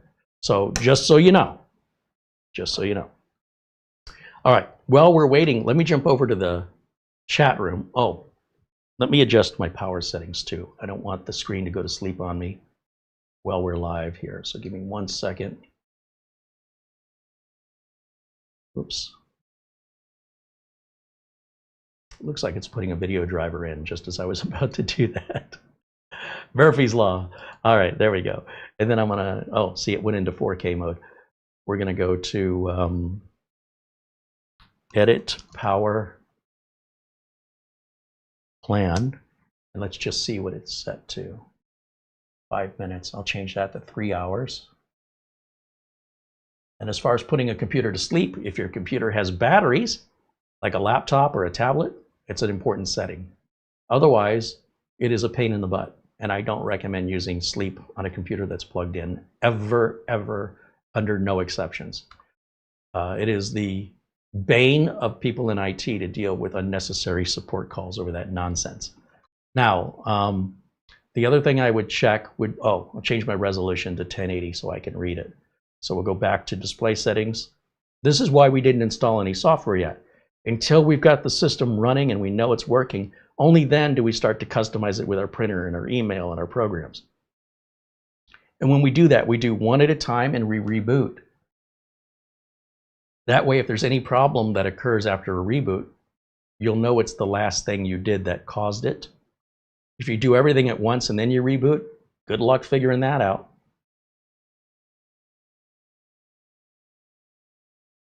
All right, we have this big cumulative update that's waiting. I'm going to check advanced options just to see if anything popped in there. Oh, 4. So we're going to grab all of these devices, which maybe are missing drivers for all I know, or at least some of them. Now, while the cumulative is a big update that takes a while, the drivers are quick. They'll download and install very fast. I want every driver, unless it's for a printer. And then I'm going to check it, because sometimes it changes the printer interface, and depending on how you feel about that, you might want to keep your old printer interface. If it's not solving any problems for you and it's just changing the interface, what's the point? So that would be like the one time I would think twice, as if it's for a printer. I've had too many customer support calls. They say, well, I used to click here to collate pages and it's not there anymore. Then I have to help the customer sift around in the new software update to try and figure out where it was moved. It's just a lot easier. Don't change it. If the customer never had any complaints to begin with, then leave it alone with regards to printers. And that would be my only exception, is printers. On the other hand, a printer update, if you're having a printing problem, could resolve that printing problem for you. Okay, now I can go back to the chat while we're waiting over here, and we're going to jump over here. Here I am.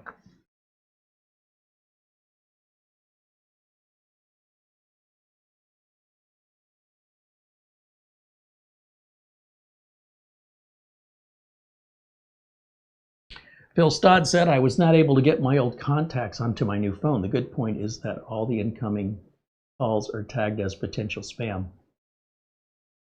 Back in the day, when you go from a Samsung phone to another Samsung phone, there's a piece of software called Samsung Switch, and it'll move all that for you. But I don't know how many contacts you have in your phone. I think I had 60 or 70 in my phone, probably about the same today, maybe less. And what I did is I just sat down in front of the TV one evening and I started to enter my contacts manually. And I realized there was probably an easier way for me to do it. But the reason why this was good for me is I started to realize, I haven't talked to this person in over a year. Why are they still in my phone book? So I wouldn't move them over. Kind of forced me into house cleaning. And, if somebody had a home number and a cell number, I would just put those right back in. It also got me familiar with how to use the phone. By the time you enter your 13th or 14th contact, you start getting really good at that process, figuring out where all the buttons are that you want to assign for your contact. And honestly, to do 60 or 70 contacts, it might take a half an hour, might take an hour. I will usually work my way through the end of a letter in the alphabet. So I might just do all the A's. Anything starts with A, and then take a break. Come back in after a little break, then I'll do the B's and C's and D's, and then, you know what, I need another break. It's not like I got to sit down and do it all at once. And the more you do it, the faster you get at it. And the more you go through your contacts and realize, I don't need that number anymore. Now, when you're looking through your contacts in the future, you don't have as long of a list. So, for me, it's a blessing in disguise. Now the Samsung Switch software does it for me automatically. And then what I still have to do is I have to make time to go through the contacts list, because it keeps growing and growing and growing from customers, so I don't hear from anymore. So if you're a customer and I haven't heard from you for a year or longer, I'm not going to save you in my phone, because every time I'm looking for somebody, I've got to scroll past a bunch of people I don't talk to anymore. And the next time they call me, if they ever call me again, I'll put them back in the contacts. But otherwise, they're gone.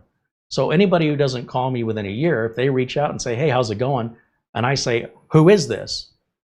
They don't realize that I have removed them from my contacts list, because it's been over a year since the last time we spoke.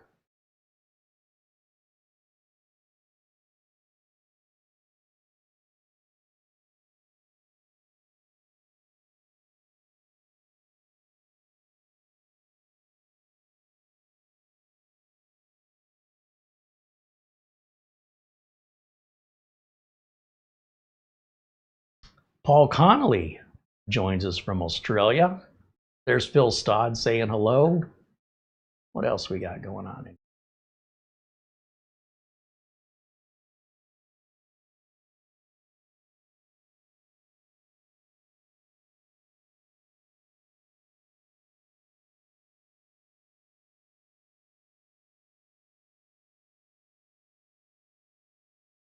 Rick Dust says, some people have asked why I bother with old 286, 386 PCs, and I answer back, it's my hobby. I enjoy reliving my early days of PCs and getting into games, getting their games to work, configuring, typing. So here's the disconnect, Rick. The reason I believe they're asking that is because their life is so busy and they are struggling financially. They're busting their butt to pay the bills, that the idea that I would want to, have any, if I had any time off, we're rebooting, by the way. Why in the world would I want to spend money on some obsolete piece of software and spend what little free time I have getting it to, like, you and them are so disconnected that you are obviously in a position financially and with time that affords you that. That is a luxury that you can do that. Most of us, the working age folks, we simply don't have the bandwidth, we don't have the time, we don't have the money. It's not that we wouldn't want to. I would love to go to the playground and play in the sandbox. Oh, they don't have sandboxes anywhere. But at some point, I've lost interest in it because I know I could be spending that time to either recharge myself for the next day of work, or to try and figure out how am I going to pay this bill, or to deal with all the stresses that go on in life and interpersonal relationships, or maybe I just want to unwind and watch a little TV. And I would much rather do any of that than spend time and money on an old obsolete piece of hardware for nostalgia. And I think that's where the disconnect is. It's not that you're doing anything wrong, but most people can't wrap their heads around why anybody would voluntarily subject themselves to that amount of time and money when there's so many more important other things in life that make a difference. And again, it's not that you're doing anything wrong. It's that the reason people are so thrown by it is they can't imagine having the amount of time and money to be able to afford that and not have to worry about everything else going on in their life that they could enjoy and focus on it. So it's not a bad thing. It's just different situations where a lot of people being evicted out of their, like right now in Arizona, in Phoenix, record numbers of eviction notices. I mean, if you're getting evicted from your place, you got nowhere to go. The last thing you're going to be doing is messing around with a 286 or a 386 computer. You know what I'm saying? And then they'll look at you like, are you crazy? I might be living out in the street and you're here playing with old equipment. You're in a different place in life. That's all.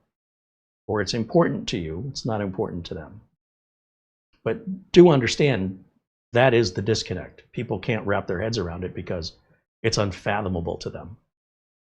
But you don't need their approval. It doesn't really matter what they think.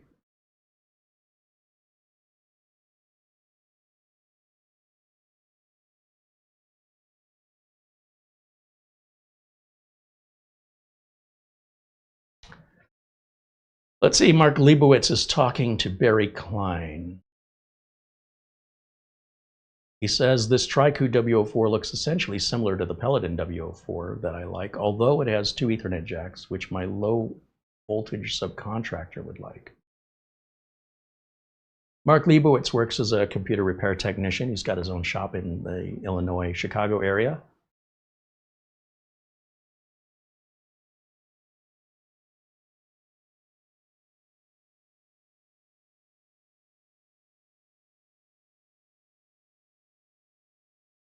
Yes, as a child growing up, what we considered gaming was getting put into a box of sand. Here you go, kids. Dirt. Have fun. And we did. We did have fun. Thank you very much. Times have changed.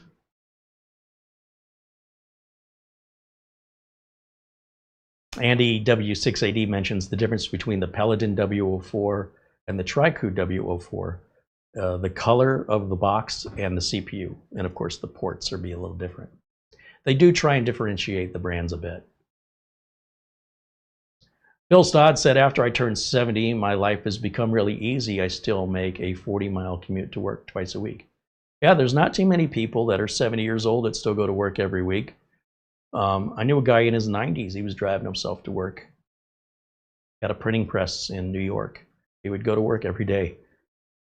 I drove once in the car with him. Never again. New York's a crowded place. There's not a lot of space. And my claustrophobia and his driving. Woo. But yeah, good for you.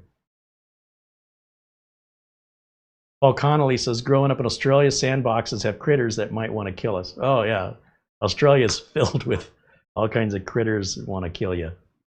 Look at that cute little koala bear. Just tear your face off. All right, let's see. We're going to back to our device manager. Let's see where we're at for the drivers. Go to the start menu, right click, device manager. What do we got? Only the network controller is missing. Okay, so how do we resolve this? I mean, a network controller driver is easy. However, I don't even need to do any work at all. No research. I don't have to Google anything. I don't have to go to Trycoo's website because I already have it in that package of drivers on this flash drive. How do we use it? You take the flash drive and we plug it in. Okay, on this flash drive, there's a folder called drivers, right? And what I will do is I will copy the drivers folder back. I don't have to. It's just that if I pull the drivers off the flash drive, they're going to come across slow. And what if I need them again? I'd like to have them on the machine. So I'll right click, copy, and then I'll just put them in my downloads folder. That seems like a good place. Usually the reads on a cheap USB flash drive like this are much faster than the writes. And you'll probably find that reading the data off of the flash drive is much faster, maybe even as much as a third of the amount of time. Before it said it was going to take like 3 minutes to write all that data, but only a minute and a half. Copy it back. At this point, I can hold on to the flash drive when I'm done as a backup for the drivers, if I want to, or I can just erase the flash drive and use it for something else. And by the way, 2.2 gigs is still nothing. The flash drive still has 6 gigs free. I think these are 8 gig flash drives. Let's see, properties. Yeah, we still have 5.5 gigs free. We could still use this flash drive for other things. But you know me, I would copy the drivers folder to the C drive, and then I would use, when we're all done setting this up the way we want it, we've got our software installed, all of our activations. Once all that's done, then I'll use Windows Backup. I'll simply go to Control Panel, just type down here, Control Panel, and we'll go to changed from category view to large icons. And you see this backup and restore Windows 7? I clicked on it too fast. Just use this and image your system. You'll get a full system image. You'll never have to do any of this ever again. All you have to do is restore your backup, and it'll put everything back, all your updates, all your drivers. All right, now that we've copied that folder, so if I go into my downloads folder, you'll see we've got the drivers folder. I no longer need this flash drive, so we're going to unplug it and take it out of the mix. I'm going to right click on the start menu and go back into the device manager. Then I'm going to click on literally anything in here. Watch up here. Watch up here. I'm going to click on something. Did you see it just got bigger? That's because it added this icon right here. Add drivers. From where? We're going to browse to the downloads folder, to the drivers folder, and click OK. That's it. Now the system will look through every single one of those drivers. Even if it doesn't show it's missing, it's going to put it in anyway, if it's determined it's newer than what it has now. So even though we were only missing the network card driver according to the device manager, all these drivers you're seeing loading that are listed here, these are either updates to what was already on the system or completely missing. So it's going to scan through every single device in the drivers folder. So we're not doing them one by one like the old days. We hit close and we have to restart the computer. We're done. That's it. When we go back in the device manager, everything will be perfect again. Why would you work any harder than that? Why would you download third-party software for that? Why would you pay any money to get that done? Why would you Google and Google and Google to try and find solutions to problems that the answers have been in front of you the whole time? So I'm trying to teach you another approach to diagnostic and repair that used to not be available. So if you learned how to do it years ago, I am encouraging you to learn how to do it today. That's all. Now, when this restarts, what about our Windows activation? We never put a product key in this. If the product key was embedded into the BIOS, then Windows wouldn't even have asked us what version to install. It would have immediately installed, like let's say it was Windows 11 Home. It wouldn't even have asked. It would have skipped that step. This is a problem for people who upgrade from Windows 11 Home to Pro, because when they do the restore back to a reinstall, they get back to Windows 11 Home and they have to do the upgrade again. By the way, Home to Pro is a complete waste of money as far as I'm concerned. It's a marketing thing. It makes people feel good. If that's what you need to feel good, you could give the money to me. And no, wait, that sounds like prostitution. Never mind. You know what? Go ahead and do your silly upgrade to Pro. Knock yourself out. Spend the time, spend the money. They have no benefit whatsoever. You go right ahead and do that. Now, let's go back over to our device manager first and make sure everything looks good as I have predicted it will. Am I right? I am right. Everything's happy. Super easy, barely an inconvenience. What about our activation? What about our product key? We'll go over here to System. Sorry, that's not what I want. I'm going to right-click on the Start menu and go to System. And, you know, we have all the same information, right, that we had before. And I'll just type in here, activation. I suppose I could have typed it in down there too. Activation. Don't even have to spell the whole thing out. See if Windows is activated. Well, Lordy B, look at that. It's active. Well, how did it do that without a product key? The product key is associated to the serial number of your motherboard stored on Microsoft servers. You don't have to have a Microsoft account for this to work. And so long as you select the same Windows 11 version as your previous product key was active for, Pro to Pro, Home to Home, it just automatically takes care of it in the background and you don't have to worry about it. Now, when we check our system properties, instead of 22H2 and waiting for 3 hours for all of the updates, we now already have 24H2. Now we're just grabbing the latest updates to 24H2. Now, when people tell you, oh, there's problems with 24H2 updates, do you see me having any problems with any updates? Why is it that my experience is different from those complaining online? Because those complaining online aren't looking at themselves first. They're immediately blaming Microsoft. They're immediately blaming anybody but themselves. And that's how they're then falsely making accusations about what the problem is. Or they have some piece of software installed that was not coded to Microsoft's recommended standards. Or finally, there is an update issue that Microsoft will resolve one way or another. You can watch live on all my videos. When do you ever see me have a Windows Update problem on a brand new computer? It's only when somebody has modified the computer with software or registry changes or system tune-up utilities that they eventually run into a Windows Update problem. And then they will often, these very people who consider themselves technical, can't see the most basic solution right in front of them.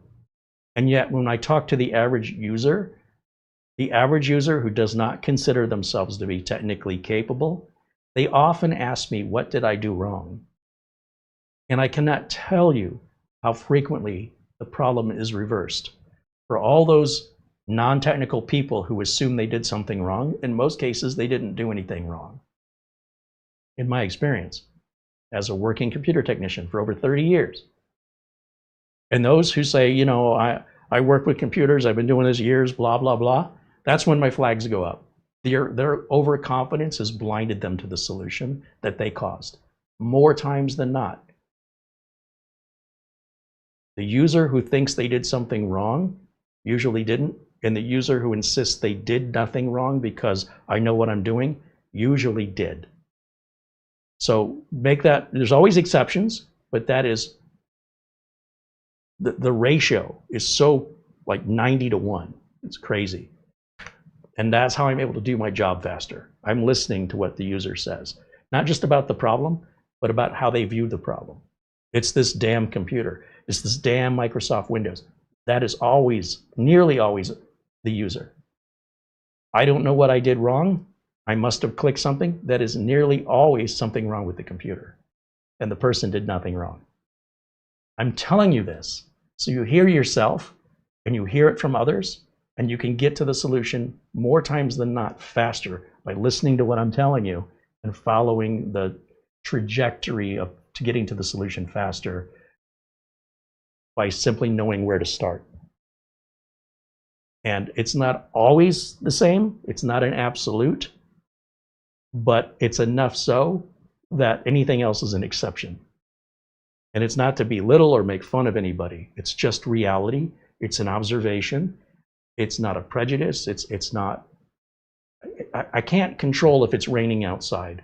And if it's raining outside, I'm going to get wet. Okay? That's just fact. I'm just looking and I'm telling you. I'm not controlling it. I have no effect on it. But it determines whether or not I'm going to take an umbrella. All right. So with that, the computer's fully updated. We've already seen the inside of it by taking the lid off. And the middle version of this, was it the middle? No, the high-end version of this is on sale. All right.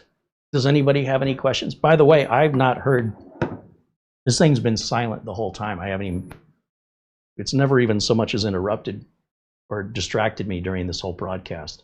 That's how quiet it's been.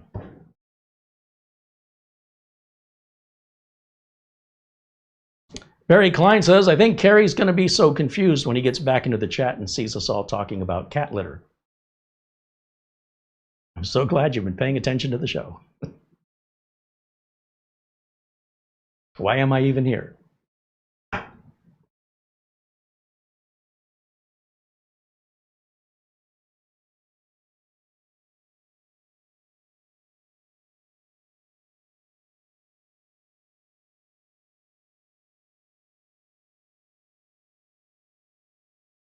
Mark Leibowitz said, I don't know when this Prime Day deal was posted, but the 1 terabyte 32 gig version of this mini PC is currently available for just $238.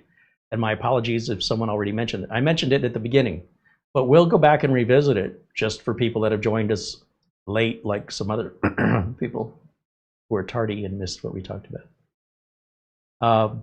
I'm just giving you a hard time. Let's jump over here. And yeah, if you look at the pricing, on the 8 gigs of RAM with 256 gigs storage, there's a $50 coupon bringing this to $219. On the 16 gig version of RAM with 512 storage, there's a 20% discount, which will take about $60 off. And on the high-end version, the 32 gig, right here it's on a Prime Day deal for $237.99. No coupon codes or anything if you're a Prime member. And it looks like if we ordered it, it would arrive, well, I guess I'd have to sign in to see the arrival, probably within a day or two. And you have 30-day free returns with Amazon. Now, if you guys are aware of any other good Amazon Prime Day deals, please let us know. Send us an email with the link. Let me go back to camera 1. And let me put the email address in here, right here.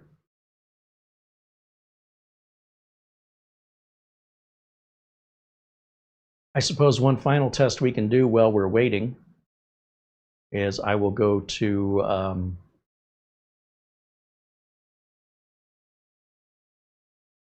going to go back over to this little computer here. I'm going to grab my utilities flash drive.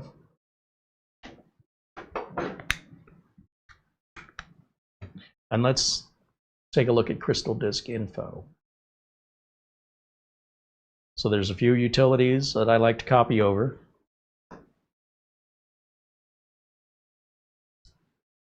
And one is VLC. I like that to replace the Microsoft Media Player. My Windows 11 networking fixes, and my Uncle Carey's Windows 10 optimizer.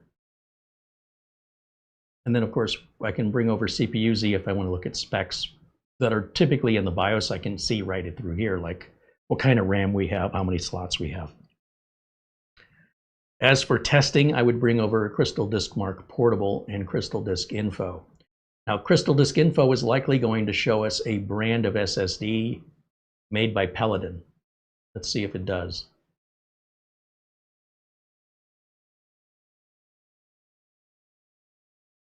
I have no idea who the manufacturer is. Give that a second, and it says it's Paladin 512 gig. It doesn't really tell us much. We can see it's been powered on 20 times, and it's got 3 hours of use on it. So at the end of the day, I don't care who makes it. It's going to be guaranteed by the manufacturer regardless of who makes it. So we're going to go to Disk Mark, and let's see what kind of performance numbers we get out of this bad boy. We'll run all the tests on drive C. I am most interested in the top left number and the top right number, but we'll run all the tests. So we're at 3200. That means we're running a Generation 3 NVMe. Now, I don't know if the website describes that as Gen 3, but given the age of this processor being introduced in 2021, it sounds like it's pre-Gen 4 anyway. If you demand Gen 4, I think it's silly. It would be silly to buy a computer at this level and then expect performance at a higher level for your storage. Again, there's nothing you're going to connect to this computer from your network to your USB port that will run at 3300. The only thing that's running at 3300 is internal. So when you're putting data on your SSD, you're not, where are you getting it from? So I'm saying, where's the data coming from? Because it ain't coming from 3340 megabytes a second.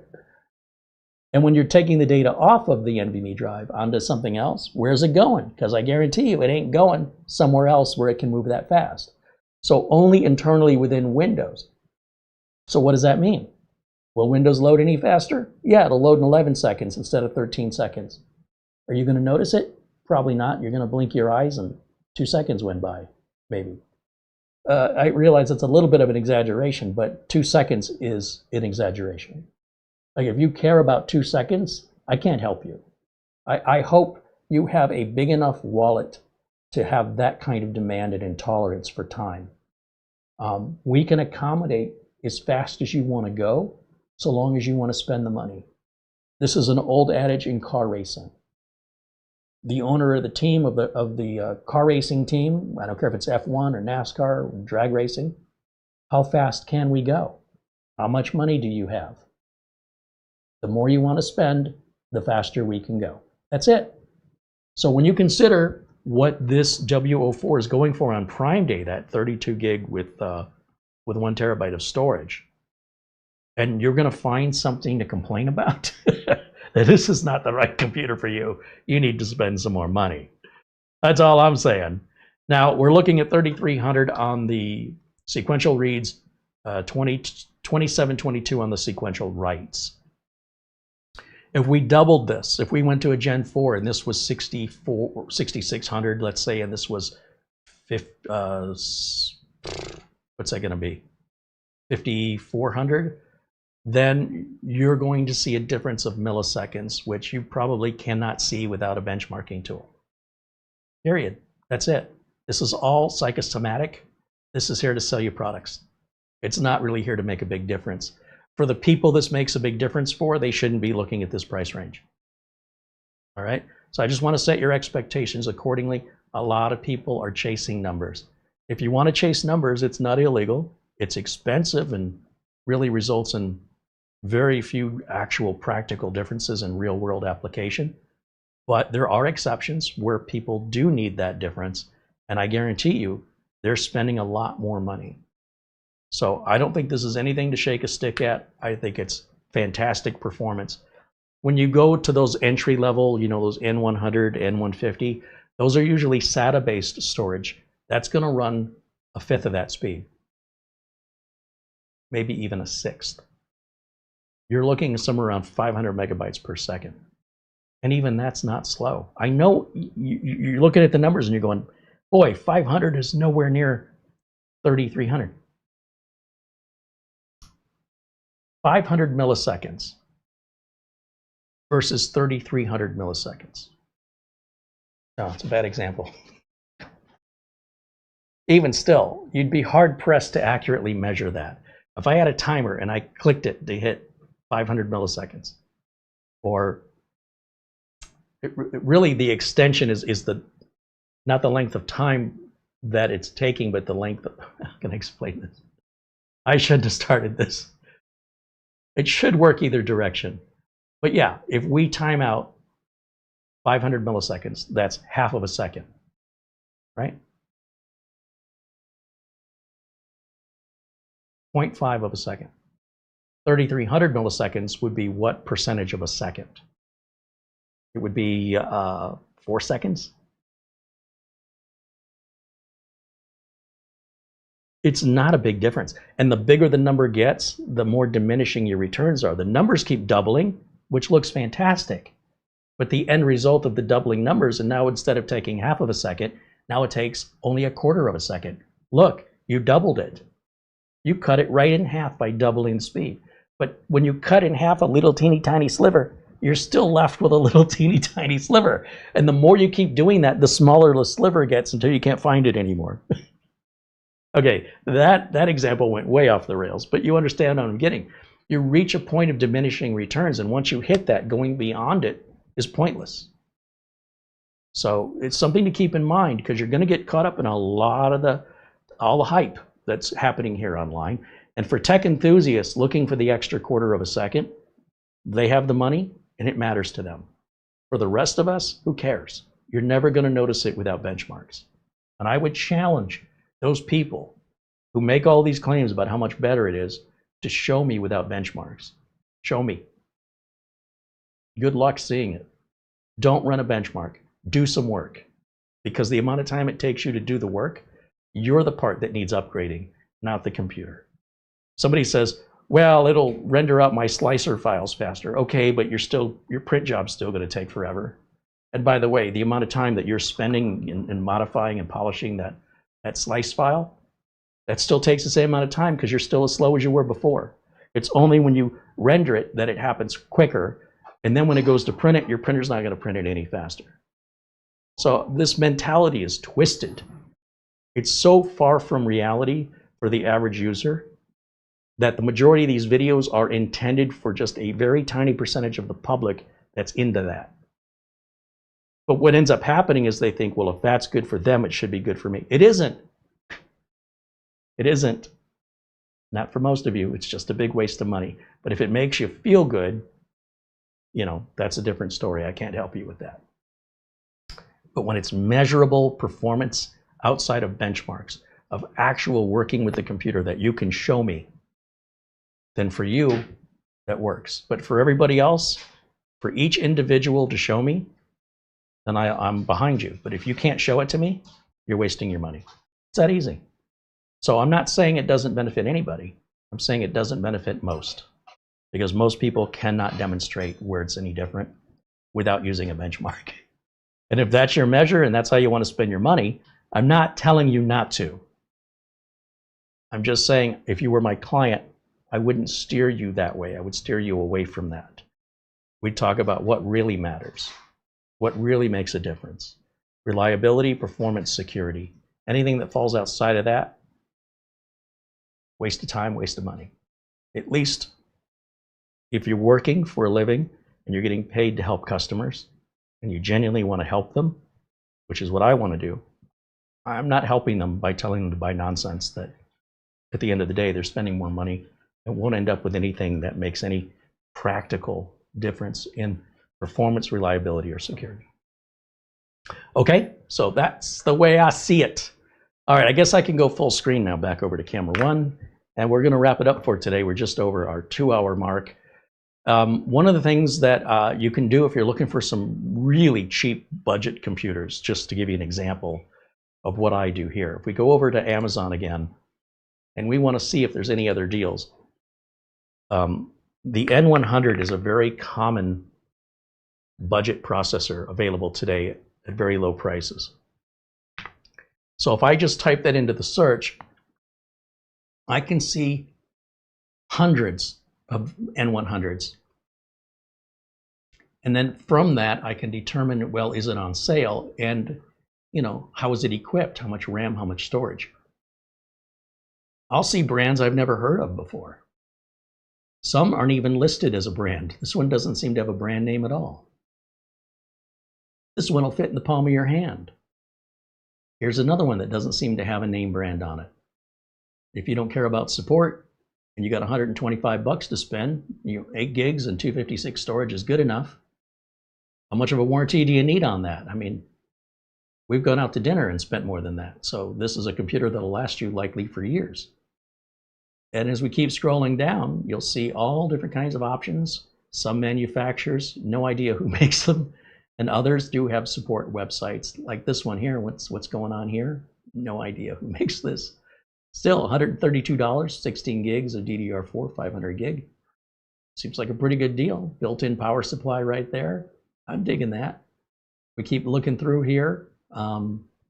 If you want white glove service and somebody to kiss your butt, you can spend 3 times more, and you can expect that service and legitimately be upset if you don't get it. But at these prices, if you can get a name brand like B-Link, if you're worried about support, or Trycoo or Paladin, or, I mean, these next couple days is where the deals are, and just sift through.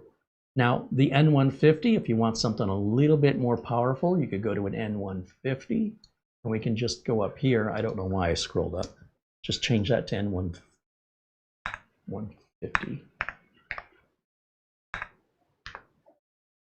I don't know why I typed N100. I'm clearly too overclocked today. And, you know, the price will go up a little bit usually, but you might find a deal like this GMK Tech at 125 is an N150. Still only with 8 gigs of RAM and 256 of storage, but, you know, what's the expression? Beggars can't be choosers. That's a pretty good deal. And we can go page through page through page.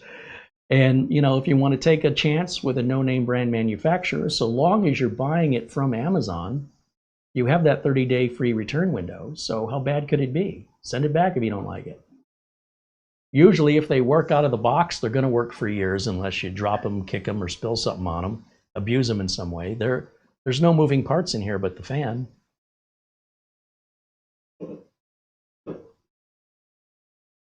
So there you go. That's one way that I find deals. And, you know, there's lots and lots of pages of deals here. You could spend quite a long time finding that deal you're looking for. And, of course, there's the N97 and N95. If you want a previous generation, those should be even cheaper. So, just a little tip from your Uncle Carey on how to find those deals. Even from, you know, want to look and see what Trycoo has. Maybe you want to know what sort of family of product they offer. These first two are just sponsored. You see how it says sponsored and sponsored? They have nothing to do with our search. We come down here, we'll start seeing the Trycoo models. Trycoo N100, Trycoo N150, Trycoo another N100. It says click to see price. Why do they do that? Apparently I have to sign in or something, I don't know. What else? Another Trycoo model here. In fact, you could probably just click on one of these and go to the Trycoo store, which would be listed right here. Visit the Trycoo store. Click on that. And then we can click on mini PCs and we can see the entire family of current mini PCs Trycoo offers. You could do this with every manufacturer, unless the manufacturer name isn't listed, right? For obvious reasons. And then this page isn't loading for me for some reason.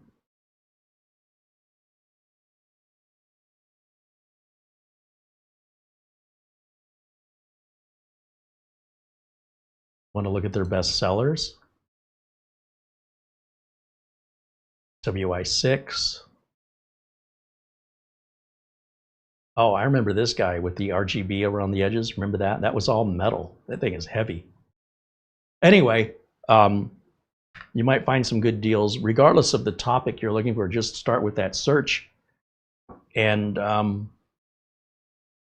see if it leads you to a deal you didn't know that existed. And if you do find something good, again, I'm going to put the email address up, and please let us know so we can add it to today's video notes for others that want to take advantage of the deal. Prime Day is just Tuesday, Wednesday, Thursday, and Friday, and that's it. It usually happens once a year in the summertime, and it's usually only 2 days. Amazon will release new deals every midnight Pacific time, and then they'll also release deals throughout the day. So just because you looked once, it's still worth looking again. If you want to really scavenger hunt, it could pay for itself if you find a really good deal. Sometimes they're for a limited time, the specials, and other times the products sell out, in which case, you know, the deal's over. So just so you know, hope you take advantage of it. I hope you get some good deals. We love hearing from you guys. Our email address right down there, of course. I want to mention SCD Keys again is the place I get my Windows license keys. This computer came with a Windows license key, so we don't need one. But the Linux machines that I converted to Windows, that's where I'm getting license keys for those. Or don't buy a license key, just use Windows without one. I don't know what people think is going to happen. Nothing. It's your choice. All right. And then I'll take a final look here in the chat room. Of course, thanks to Mara, our channel administrator, for all the work she does in our videos. Designing our thumbnails from scratch, putting our video descriptions in, answering all of your emails, and working with potential vendors. Takes a lot of the administrative work away from me because I hate that part of this job. The part I like is the part I'm doing. So she likes doing her part, so everybody's happy. If you guys want to reach out, we always love to hear from you. And of course, a thanks to Mara for all that work she does in the background. Andy says, I wish I had some reason to buy one of these.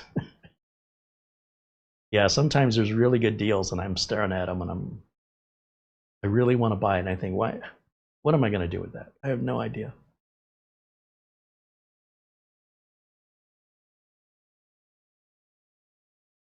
And I want to thank not only all of our members, all of you in our chat room, and those members watching that are missing the live version of the show. I thank you all for making these videos possible. But in addition, contributions above and beyond that come from Barry Klein, Mark Gaines, our good friend Buster in Scotland, Peter Laycock. We can't thank you enough for your continued support. I've got Amazon gift cards just waiting for a purchase. I haven't found anything yet. If you see something you think I should be reviewing here, send it to us in an email. Let us know. I'll consider it. That's going to wrap it up for me for today. I want to thank Trycoo for sending us this unit for review. I like it. I mean, I like how easy it is to get into. I like how quiet it is. I like that it's not single channel RAM like an N100. The one thing I might, well, not might, the one thing I will add, it just occurred to me that we did not do. It's an option, but it's the AMD Adrenalin software. And if you're running any AMD, I don't care if it's a desktop, a laptop, or a mini PC, I cannot emphasize how important it is for you to get the AMD Adrenalin software. It's free, it's easy, and it will give you more performance, better security, and better reliability. Even if you're not having any of those issues, it also won't hurt. So the way, we'll just do that real quick, and then we're going to wrap it up. We're going to come back over here, and let me go full screen, and let me save these benchmarks just so I have a record of it. So we'll save that as Crystal Disk Mark. And we're going to put that right on the desktop as a JPEG file. Okay, now I can close this. And I'm going to open up a browser. So in this case, we only have Edge.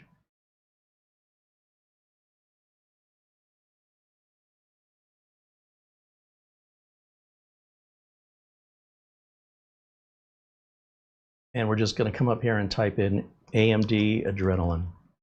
It'll type it for you. I mean, once it starts seeing where you're going with it, it auto-fills. We click on that first link, and we clicked, we got to accept the cookies here. And then we're going to go to download software.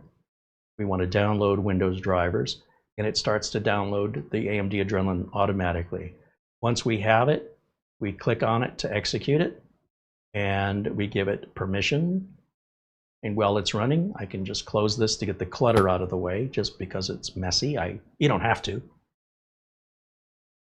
And then I can right-click on the desktop board and sort it by name. Now everything's nice and clean. It says, okay, you want the AMD graphics driver? Yes, I do. And then under additional, I don't see anything else. Sometimes you'll see chipset and stuff here. I just hit accept and express install. Quite frankly, I don't. All the defaults are what I want.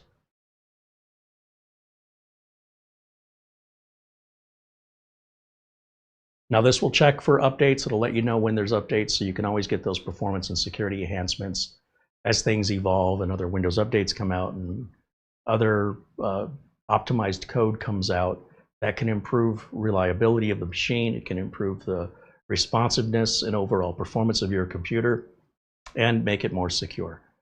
Once it's done, it's going to put a little red square icon down in our system tray, probably hidden behind that arrow. I hate that Microsoft hides all this from us. So while I'm waiting, I can multitask, go to taskbar settings by right mouse clicking on the taskbar, then left clicking on taskbar settings. I turn these task view and widgets off because I find them annoying.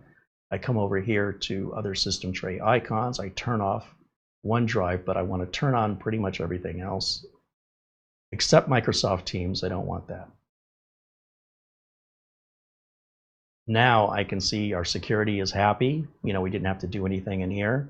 There's our video driver going in right now. So in just a minute, the screen will come back.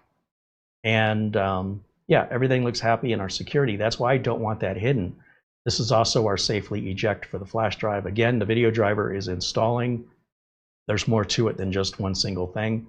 And then the status of the Bluetooth and the status of our network and the status of our sound. Having that always available and in my sight is a preference. I don't like how Microsoft reverses it to the exact opposite of what I want. Once the AMD Adrenalin software is complete, you may choose to help AMD improve by sending any usage information.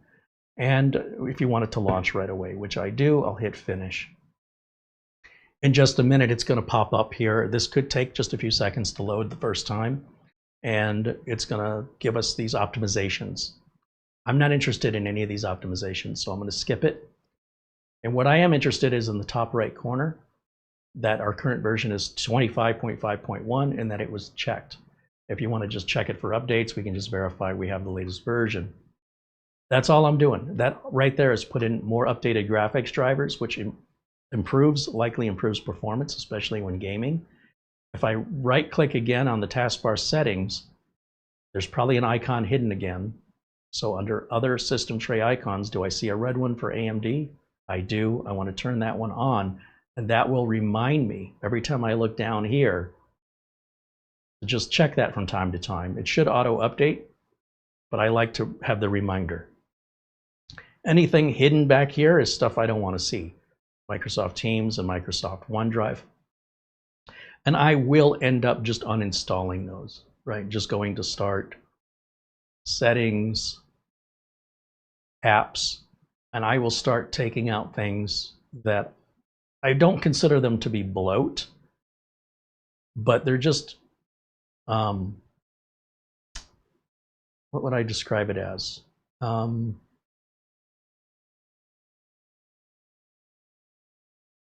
Think of it like someone sticks a flyer, some kind of an advertisement on the wall. It's just a piece of paper, you tear it down and throw it in the trash. It's not bloated, it's not blocking you from getting to the door. Say you're at a grocery store and there's a bunch of notes with pins on the wall. It's like a billboard of sorts. And so I will take out the billboards. So the billboards for like media player is an actual application. We're going to replace that with VLC. Microsoft 365, that is a billboard. You can tell from the size. See how it says it's 16K? That's a billboard.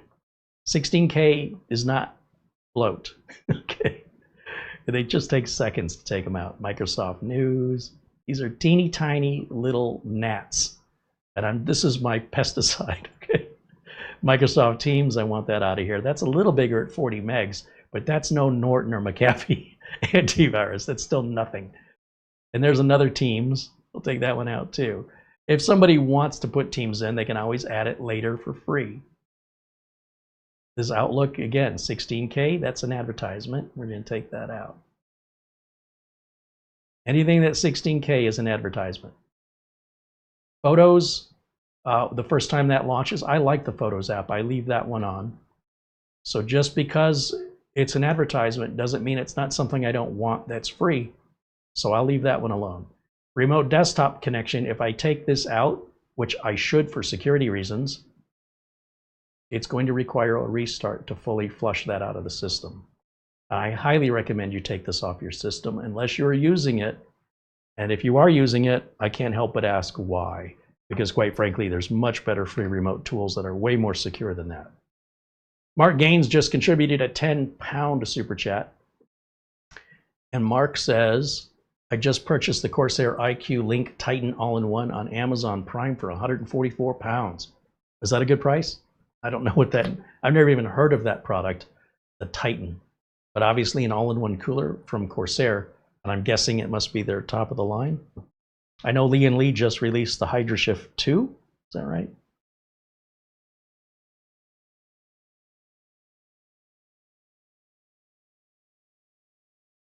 Mark Leibowitz said if you update your AMD drivers, which I do on any AMD system as part of setting it up, you'll get Adrenaline unless you explicitly opt out of it. Well, here's the thing, Mark. I can't tell you whether or not we had Adrenaline, but we definitely had all the AMD drivers because everything was happy here. But does that mean we had the latest ones? And does that mean that they're going to auto-update without the Adrenaline software? Adrenaline in and of itself is primarily for the graphics card built into the CPU. And then the chipset drivers you often have to download individually. If you don't have an AMD integrated GPU, the Adrenaline software may not work for you. However, because it's free, if you have an AMD system and you're not sure if you've got it, just download it now and put it on. It won't cause any harm either way. That's the best advice I have for you. Once you put it on yourself, then you don't have to wonder if you have it. But I appreciate that info, and thank you to everybody hanging out with us. Bruins44 says thank you. Thank you back. Mark Gaines says the price on that cooler that he bought for £144 normally sells for £240. Wow, that is a good deal. All right. Well, let us know how it works for you. That'll wrap it up for me for today. Thanks to all of our members for making these videos possible. Thanks to Mara. Thanks to Trycoo. Thanks to SCD Keys. We are back tomorrow, I think. I'm not sure. We'll find out. We should have the cooler coming in Thursday for Friday's continuation. Let's hope it doesn't get delayed and it arrives as estimated. Other than that, there's a couple other projects I want to share with you. I just don't know if time will permit, but we'll figure it out tonight. I think we'll have something. If we have something figured out for tomorrow, if you stay subscribed, you'll get the notification for the scheduled live stream. We always start at 1 o'clock Phoenix time, always. So if you're never quite sure, just pop over here at 1 o'clock Phoenix time between 1 and 3. Most days we are live. More days. We are live more days than we're not. So if you don't have notifications or you're wondering, am I missing it?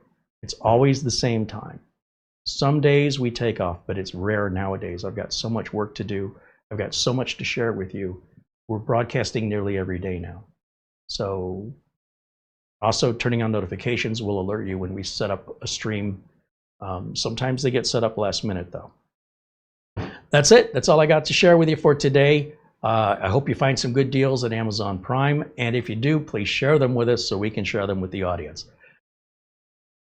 Thank you for watching. I will see you all next time, and until then, bye for now.